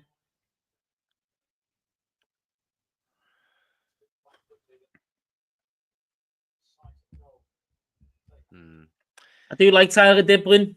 For the money that they're asking for, though, I don't think he increases us in ability straight away. He's one more for the future. He looked very good for Southampton last season, but he's not nowhere near the finished article. And for the money they want for him, we can spend that much better elsewhere.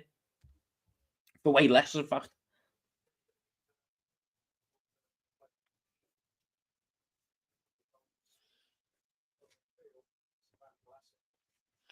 Come on, boys, in the comments, keep it a bit civil. Yeah, Bournemouth really are a bit of a bogey team for us, aren't they? Yeah.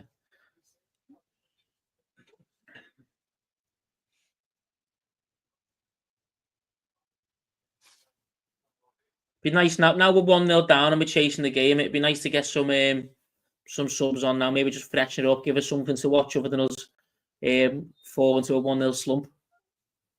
Ball forward from Billing nearly volleyed it in again.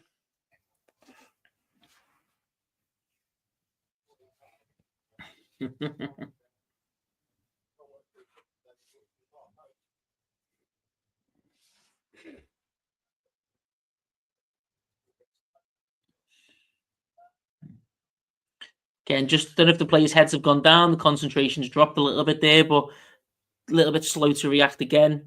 Need to hope that Bournemouth don't just grab full control of this game. We just keep going. Ball forward, very long. Beto wins the header. But Adrian Truffert at left back, the Milan Kirkish replacements, linked with us in January, wins that ball. We've won the ball in their half. Good ball in the middle from Jessica Gay. Boonham to Gay again. Clip ball in. Beto's there. But doesn't really get enough on that header. Nicely done from Mikalenko. Boonham again. Alcaraz, heavy touch. And he's lost the ball. Bournemouth on the attack down the Everton right. The Bournemouth left. Iwatara tries to get past Patterson. He does. Patterson, poor, sloppy. And Bournemouth 2-0 up. Very, very good finish from Iwatara, but Patterson's got to do better there. It's a heavy touch from Iwatara in the Everton box. Patterson looks like he's got it. And just don't think he got his feet right. Patterson didn't close him. He didn't. He kicked the ball with his right foot and put it back into his path. And to be fair, he should have known that O'Brien was inside and Alcaraz was behind him. So if he'd have pushed him out, if Iwatara had to do anything to cut back inside, I mean, it was a great little. The chance of him hitting that perfectly, hitting the post and it just going in at that near side was rather phenomenal. But the fact is, Patterson put that back into his shot, laid it up for him as if it was an assist. And that's rather frustrating, really. Yeah. It was a joke wrong. The finish was exceptional. Pickford can't account for that, especially at that angle, but Patterson should have just cleared that. He's given that goal away, essentially, Patterson. You're going to take a touch on that ball, you've got to block him off. But pretty much, you see it, this pretty much being the end of any chance of an Everton win at this. I know it sounds pessimistic with half an hour to go, but we're nearly 3/4 of the way into the game and the 2-0. They're going to kind of getting away from the team now, isn't it?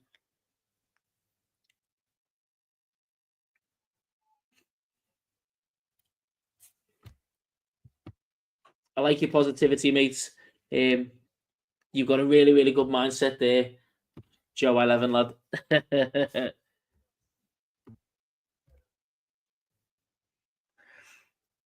Ball played long. Everton win it. And the ball played back to Jordan Pickford. It's really quite funny that Drew thinks he's actually affecting anybody or getting anyone worked up. Like, really, I mean, don't get me wrong, I'm a big Evertonian and I really care, but like one thing that I've learned this summer is that like I really love football, but it's just football. You know, if you're trying to wind me up, mate, or trying to wind anyone up, I think, okay, have fun.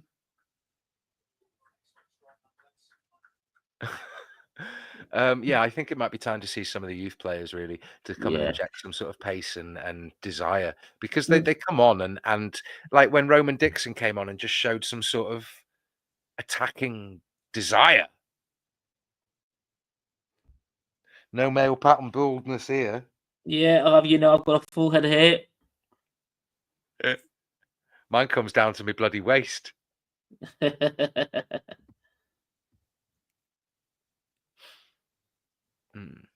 Yeah, I think Mick Neal's been largely ineffective, hasn't he, throughout most of the game? Isolated out wide, not showing any pace. So I know he's playing that left wing back role, but it'd be nice for us maybe to go forward the back and bring guys like Keith on to go a bit further forward. What do you mean, no finger? Considering I do very much like a hell of a lot of work out in the garden, my hands are all right. I've got fingernails. Yeah. Do you bite yours? Yeah, I don't believe in the in nail clippers. It's just I'm not that flexible anymore, so trying to do my toenails is difficult. Oh God, I am. I'm very flexible. Isn't that how you hold your extra bifters? Yeah, innit? Like a Tibetan monk.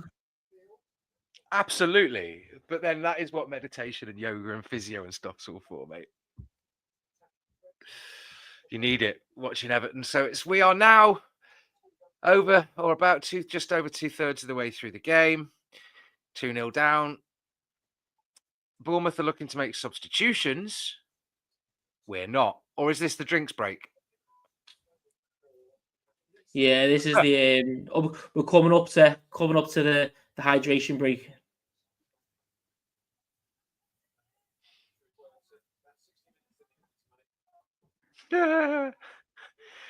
We do need to make sub though. If we're gonna play 3 games in 2 weeks in pre-season, we can't be playing the same 11 for 3 games. I'm starting to think, is Drew Hayes like AI? Like they're not a real person, because for someone to do that is really quite sad. It's quite amusing. Saturday night, Love Island's on. Wait, is it? Sorry? What?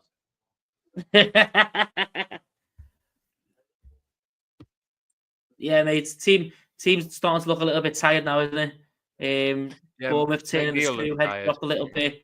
We need to make subs, even if we've only got 4 players to make a sub.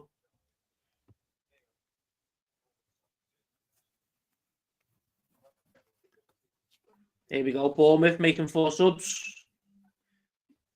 I don't even think we've got 4 substitutes to make, do we?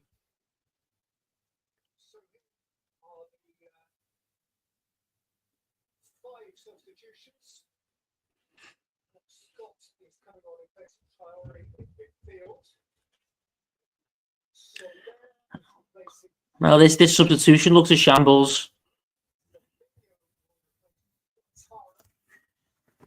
Yeah. I think it's 5 subs now, mate, actually, which I'm pretty sure is more than we have outfield players on the bench.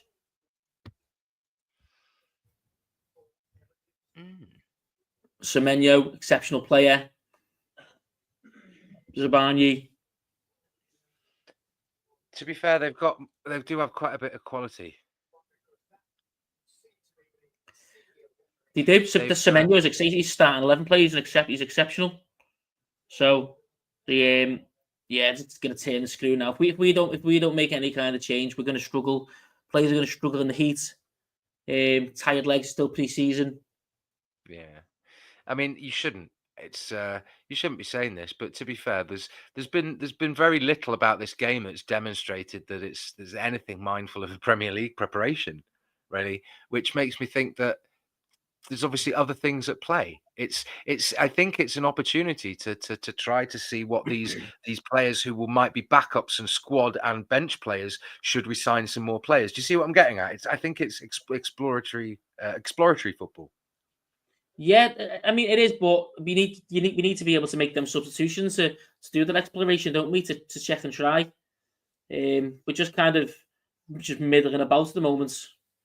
We're not really going to learn anything by just keeping this team on. Although just kind of gay strikes being held there, and then Semenyo held back, free kick. Going to be a booking for Mikalenko. That second booking for Everton. First one was for Ghana.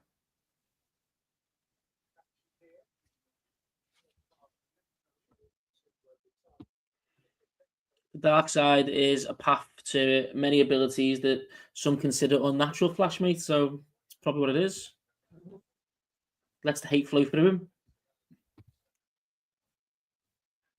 Oh, that's interesting from Philly because, when there was a break there, we did see a lot of players, Everton players, quite tired. Philly's just said, Philly, thank you for that. That's insightful. Really, though, if he's saying that, and I think it might be worth mentioning, it's not a quality issue. Bournemouth look more fit. Yeah, but that's not a good thing either because we need the team to be fit and five. And we've had 3 pre-season games, and in Bournemouth we've had 3 pre-season games as well. So what you could say is they've got a much bigger squad and they're able to rotate players. So, but they do, especially at this point now, and making the 5 substitutions is only going to exacerbate things. I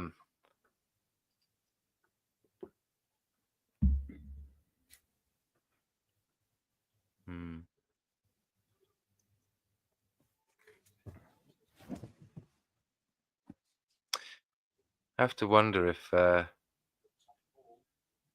there's been a drop off in the players' fitnesses due to stuff that's happened, because it's like you form bone density as a child through doing things that can make you more susceptible or less susceptible to getting bone breaks.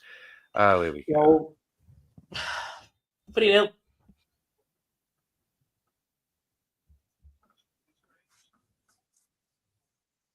That was disappointing.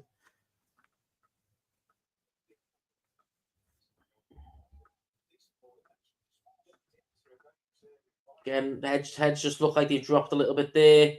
Plays not marking the man.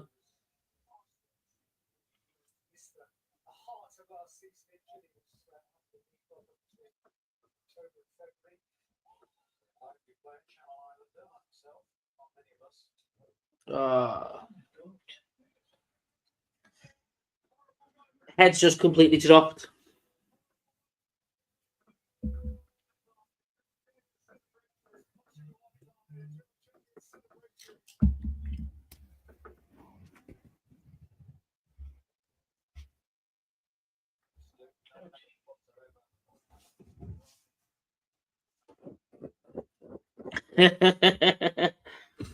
The only team to get booed off in a friendly match, eh?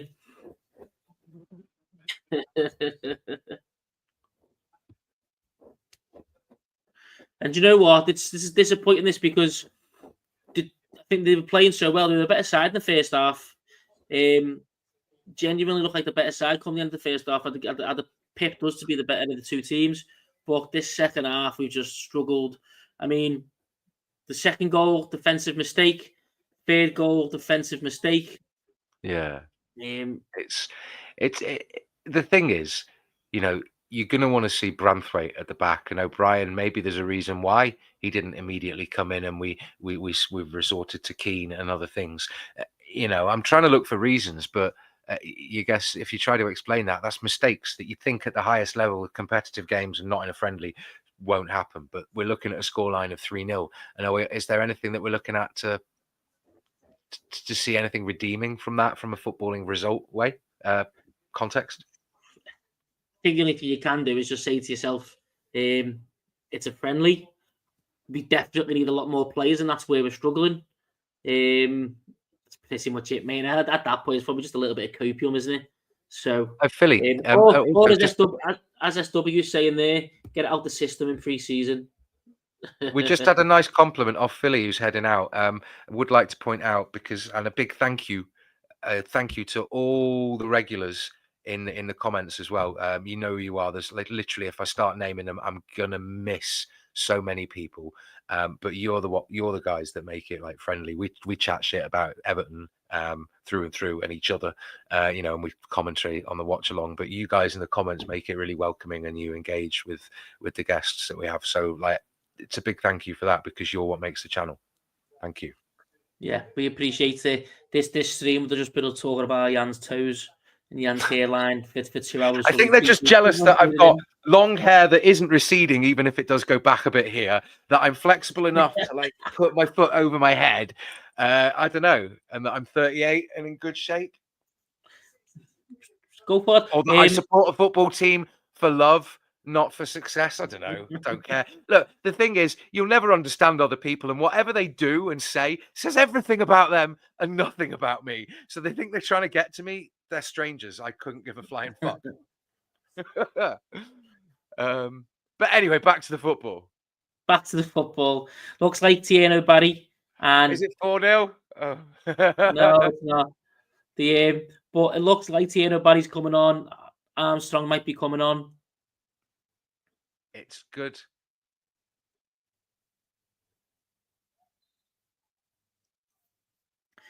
Oh, so you mean not about me stinking like wool, you bloody hypocrite. Can't even retain logical consistency.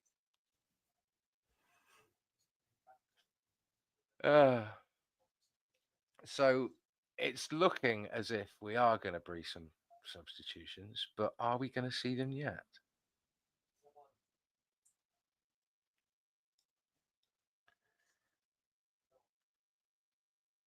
Nice ball. Nice attempt from Alcaraz, to be fair to him, but it's not worked out. Again, you look at the space there between Beto, Alcaraz, but no one else around him.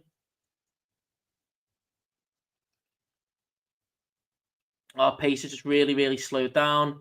If the players are tired, mentally a little bit fatigued there. Just out of curiosity, StreamYard do IP logs, don't they? To do what? Nothing.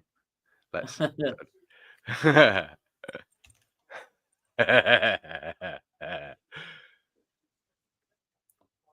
Ball out wide. Illiman and Jai. Shimmies on the ball. Passes to McNeil, who's out wide left. Back to Michalenko.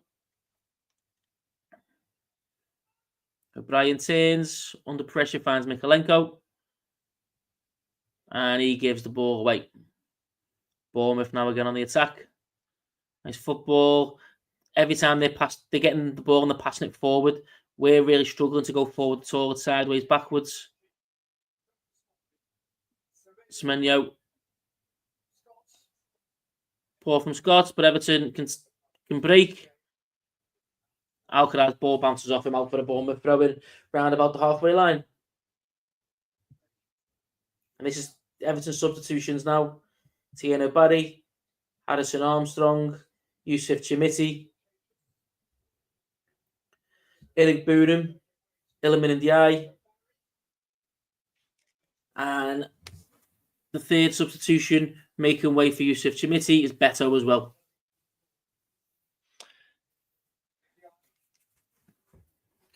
Wonder if we'll get a change in formation, 2 up top with Chimiti and Barry, or if Barry will play out wide. Armstrong straight swap probably for Eric Boonham. It's nice to see what Armstrong can do against Premier League level opponents now. Is he ready to stay in the squad and fight for the first team place, or is he going to need to go on loan? Is that Everton Vina Del Mar, the Everton de Chile? Yeah. Oh God, I went to that game. The Everton Cup. Yeah. The last silverware we won. To be fair, though, our youth teams actually won quite a lot. And we never promoted any of the youth players. They won like the under 15, under 16, the 12, the FA Cup. They were always in like the semis and the finals. And we never promoted. We just stopped promoting youth players. And we just hemorrhaged them. And I don't know why. And you'd have to think it's pure profit on the books, even if you just sign them and sell them. Yeah, I mean, the issue was we kept them for too long. We kept look at Matty Pennington, Luke Garbott. They were with us for years. And yeah, they were with us for years. And I mean, at least John Joe Kenny had some run-outs in the first team. You know what I mean? The others really weren't, and we kept them for years and years. Yeah, but we haven't had an Osman or a Hibbert. Sorry. No, it's all right, mate. Well, we are. Barry, good press there. Gets a deflection or a little block on the goalkeeper's ball out, but Bournemouth able to defend it. Tavernier runs wide left. Good ball through, finds Semenyo.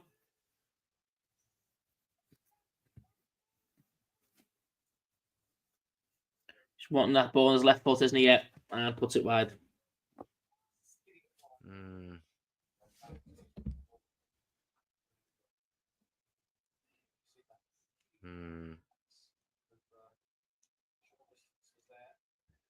Yes. They did have. I think it was. Hang on, wasn't Calvert-Lewin in that team that won a youth thing when he was younger? Calvert-Lewin, I think Tom Davis as well. Yeah. But that's it. That's it, I think. I'm pretty sure.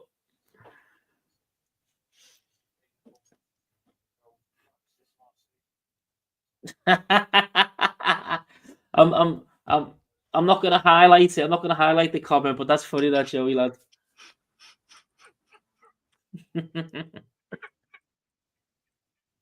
Someone got the horn off Rhino.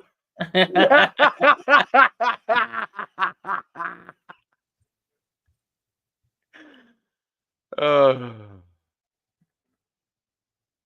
Well, hopefully Everton, as they do, like to bury a bad result with some good news. So hopefully they were waiting and expected us to get tonked there today, and they're going to announce about 2 or 3 signings tomorrow and Monday, just to keep the fume levels a little bit low.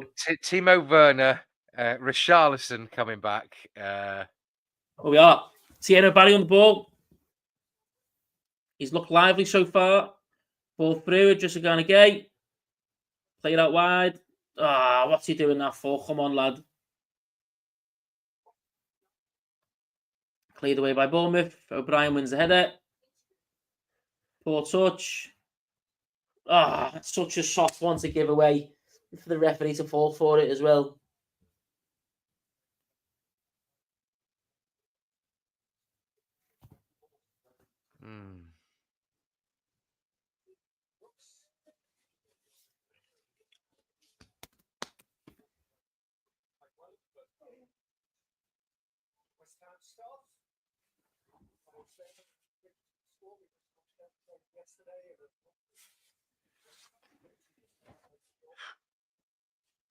Tell you what, when commentator just said that's the West Ham staff, the 40 meant like the non-playing staff before, but yeah, that's a young staff team there.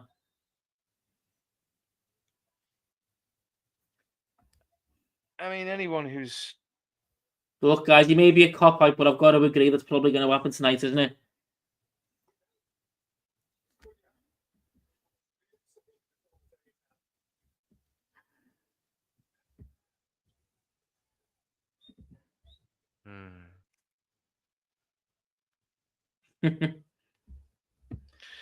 That's the commentator skills, Emma. Keep you interested even when nothing's happening and we're being absolutely dire, mate. So Bournemouth are playing it across the back now, and it's approaching 80 minutes, and there's no sign of really anything intent.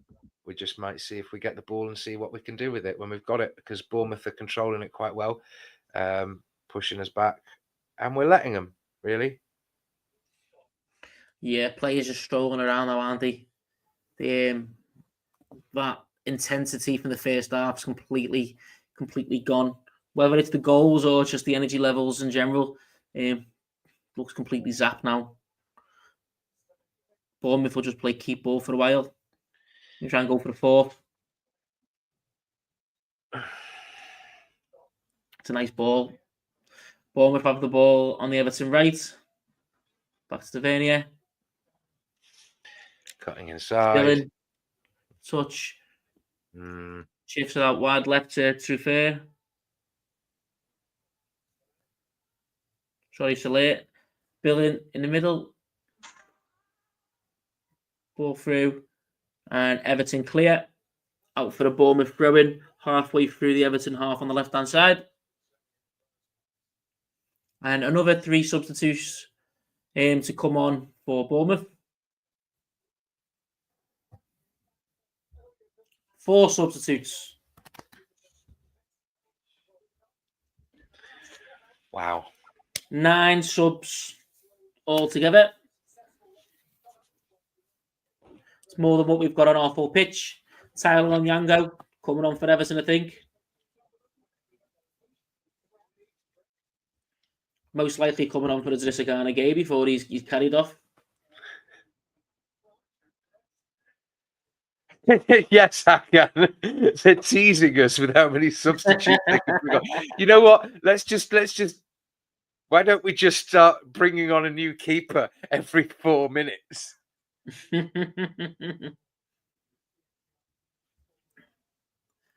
know what, mate? At this point, I wouldn't be surprised if Harry Tyler comes on just to play central midfield.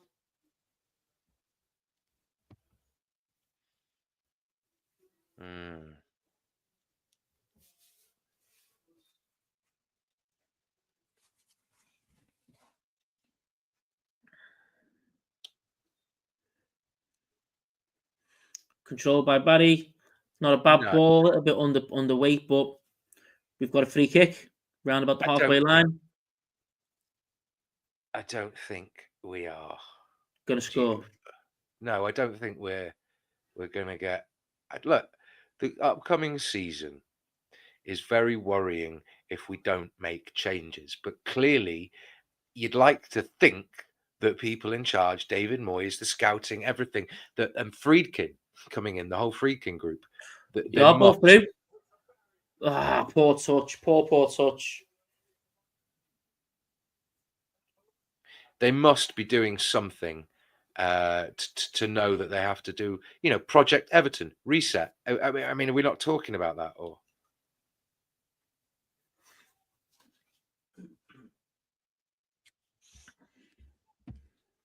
Good night, mates. Enjoy your kip.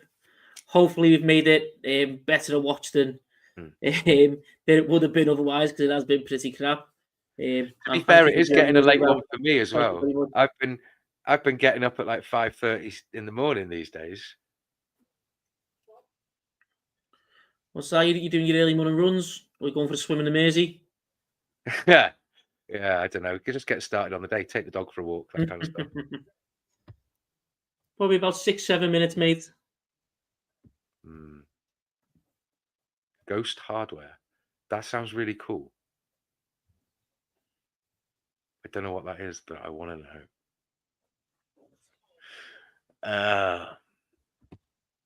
I have heard this, and Moyes is notorious for it in his first stint as well, where pre-season we were always looking tired because we were doing multiple training sessions trying to get the team fit.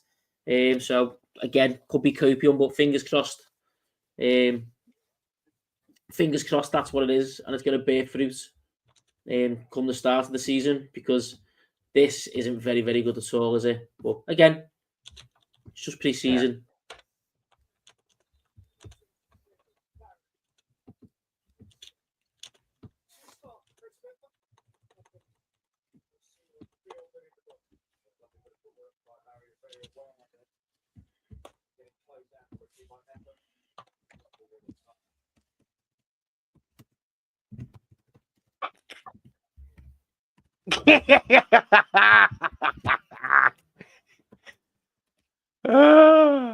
Nice one, Core.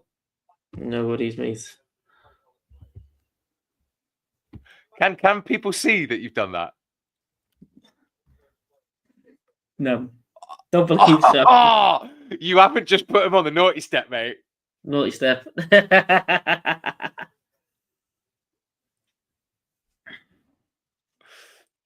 And there's 5 minutes left. Everton have been had the ball, playing it, twisting, turning, some determination.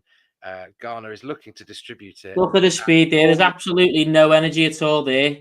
Ball in, too easy.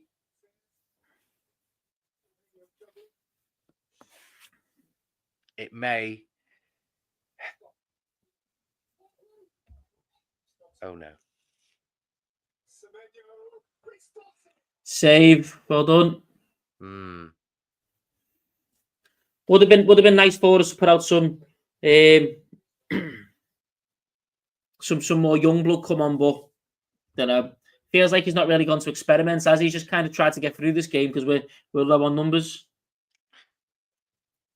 I think we were still in it at 1-0, because to be fair, I don't think 3-0 reflects Bournemouth's ability. It's just, I suppose, their fitness and the fact that it wasn't a very good game.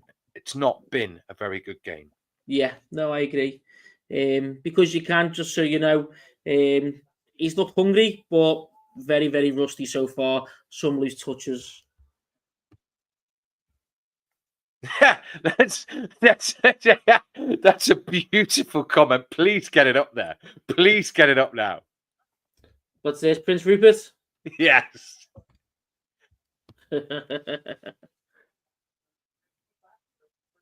Everton looking to attack now. Yango gives the ball away. Really not at this level now, I don't think, especially for his age.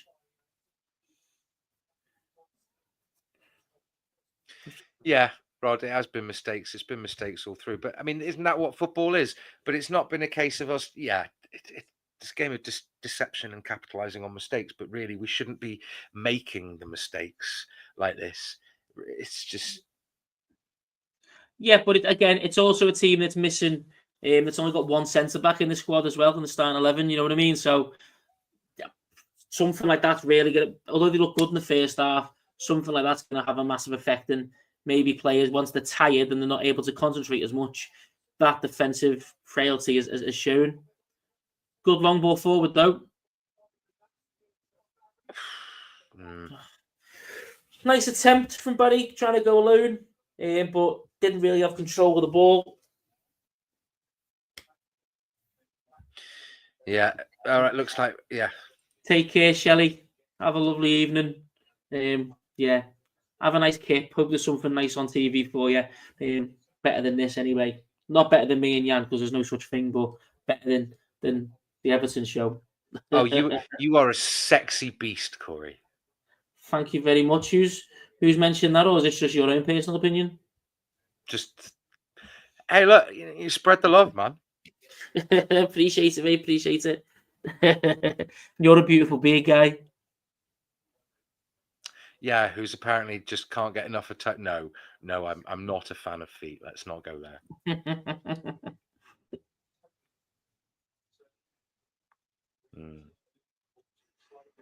This has been a very poor drop off in performance, and Yango's just got done again.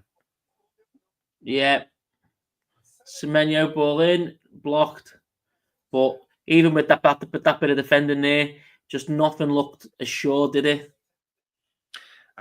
Can Flash, every time you say we want Laura, I keep thinking of the jokey deal that I made where if Laura comes on, you buy me, you order Burger King for me to collect for me and Corey, right? And now I just keep thinking I want a burger, man, and I cannot be thinking that at like 11 o'clock at night. I really want a burger. I really, really want a burger.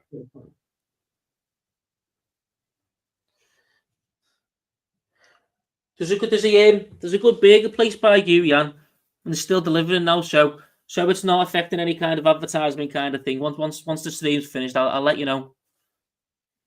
Wait, is it Mario's? No, it's not. No. Oh, is it Burger Joe's? No, Smash King. Oh yeah. Good, mate. The chicken's really good. Mate, I don't know. I can't afford pissing away 10, 15 quid on a bloody burger on a Saturday night, mate. Bournemouth on the attack again. Ball through the middle. Not troubling Everton, surprisingly. 3 minutes of stoppage time as well. We don't look like we're ever going to score at this point now. Oh. Bodies, minds, really barely even on the pitch at this moment in time now. So, yeah. What if our fitness is just down to Flash, like being the change in the world, and all the players are they're putting healthy diets, and it's just Flash that is like transubstantiation. That's it. It's like instead of the wine and the water, whatever, to blood, and the wafer to the flesh and stuff, it's all the protein and carb and fish and all this healthy diet that the nutritionists at the club are doing. And then Flash is just there doing some sort of curse in like under the stairs, lighting candles like Harry Potter in I don't know, just turning it all into burgers in the player's stomach. No wonder. Yeah, you're right. They look like overweight uncles at a family barbecue having a kick around. Blowing out the backside. Bastard. Ball through. Oh, that was some Have a good evening, Flash. Thank you for joining us, mate. We appreciate it. Thank you.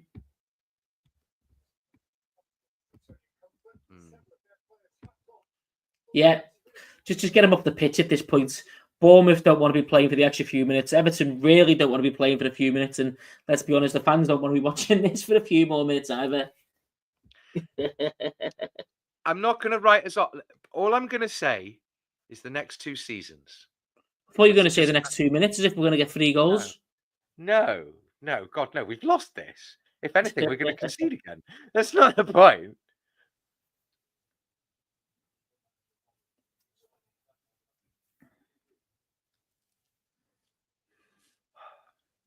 Here we go, attack. We just seem so slow now compared to how we did in the first half, don't we? Like, it's the pacer. So Tangan Yango's playing right wing back. I know.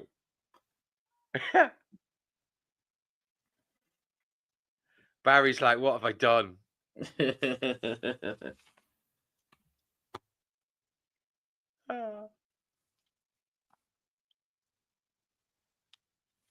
Hello, Wormy. I must say as well, 15 seconds left. Still got 800 people on the stream. So again, thank you everyone who's not just joined us or like, subscribe, but everyone who's actually stuck with us. 800 people to this point on. We really, really appreciate it. I'm assuming most of you have still got us in the background while you're watching something on the telly, while you're watching Britain's Got Talent or something. So thank you very much for staying with us. And that's it. Full time. Do you know when you're like the trainer of a boxer and you're just thinking like, please survive the 12 rounds, don't get permanent brain damage, something, don't get knocked out, just lose on points. That's what it feels like. Yeah, I mean, look, the positive from that is no one else got injured. Pretty much the only positive I can take from that.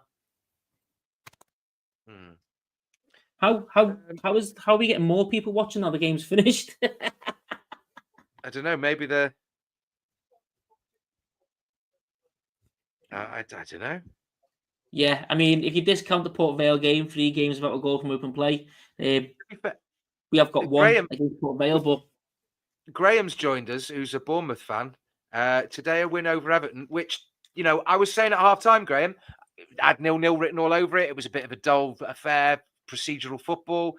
And if you can get 3 points at Anfield, mate, have at it. Yeah, you can have that 3-0 for nothing if you're going to go ahead and win at Anfield in a few weeks. That's fine. We'll give you that one. You're welcome.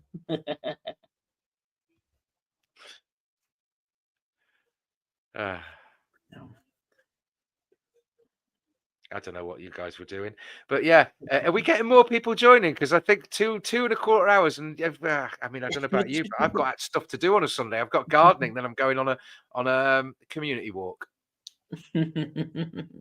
Jan, before we say goodbye to everyone, what's your final thoughts on the game?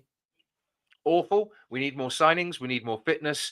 We need more solidity and depth. And yes, I'm not pessimistic. I'm realistic because you have to look at the cards on the table. I think that I can't say with any certainty what I've seen from the preseason games, highlights, this match, watching it. I don't know the purpose and the intent. It does scare me a little bit, but ultimately in Moyes we trust. Yeah, that's it. No, for me, poor game. Especially that second half anyway. No one's got injured.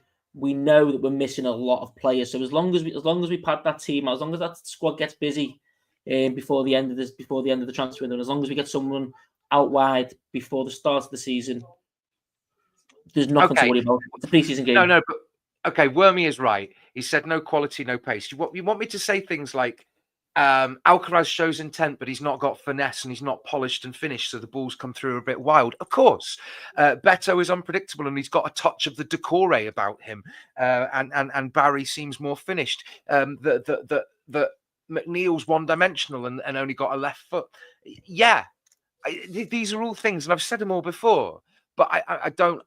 Of course, and I think we could all see that because we all watched the game, or we all, it's stuff that Corey and I have said along it. I don't necessarily want to say all these things that we can't do because I don't want to bring negativity around. But also, when I have to live with doing this stream, the match, I'll talk about it. But I don't want to be bathed in this negativity that's all I reflect on when I think about my memories of doing this channel and everything Everton. I'd like to enjoy it as much as possible, really. I know it might sound a bit deluded, but I just want to find the zen. Right? And it was only a friendly. We lost, but it was only a friendly. Thank God. That's it. That's all I'm saying. Nope, that's it, mate. That's it. Just a friendly. No one else is injured. Let's just go on to the next game and hope we don't get tongue 4-0.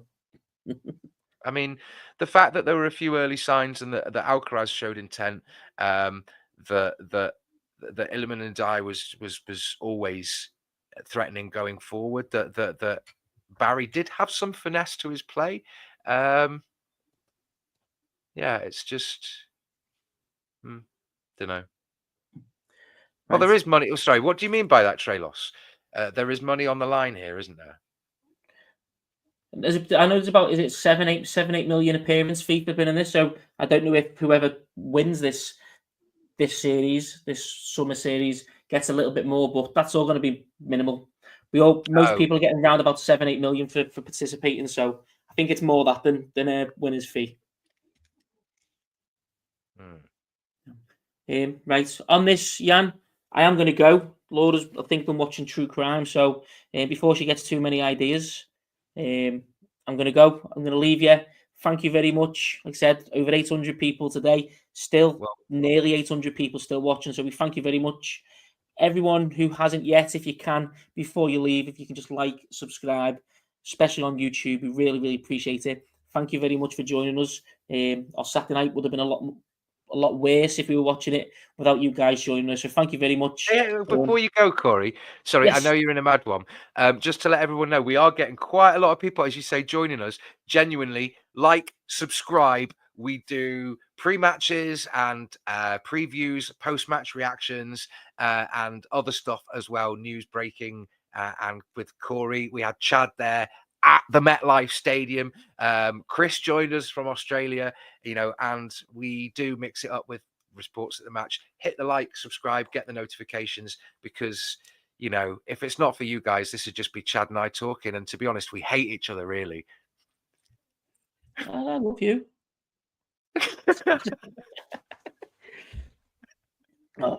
Yeah, no, please like, subscribe. We appreciate you joining us, but let's make this bigger. Anyone who hasn't, like, subscribe. Thank you very much, guys. Enjoy your Saturday evening. I'm going to go. Thank you very much, and we will see you for the West Ham game. Up the toffees. Let's go forward. Thank you. Bye. I'll see you at the Roma game. See you then.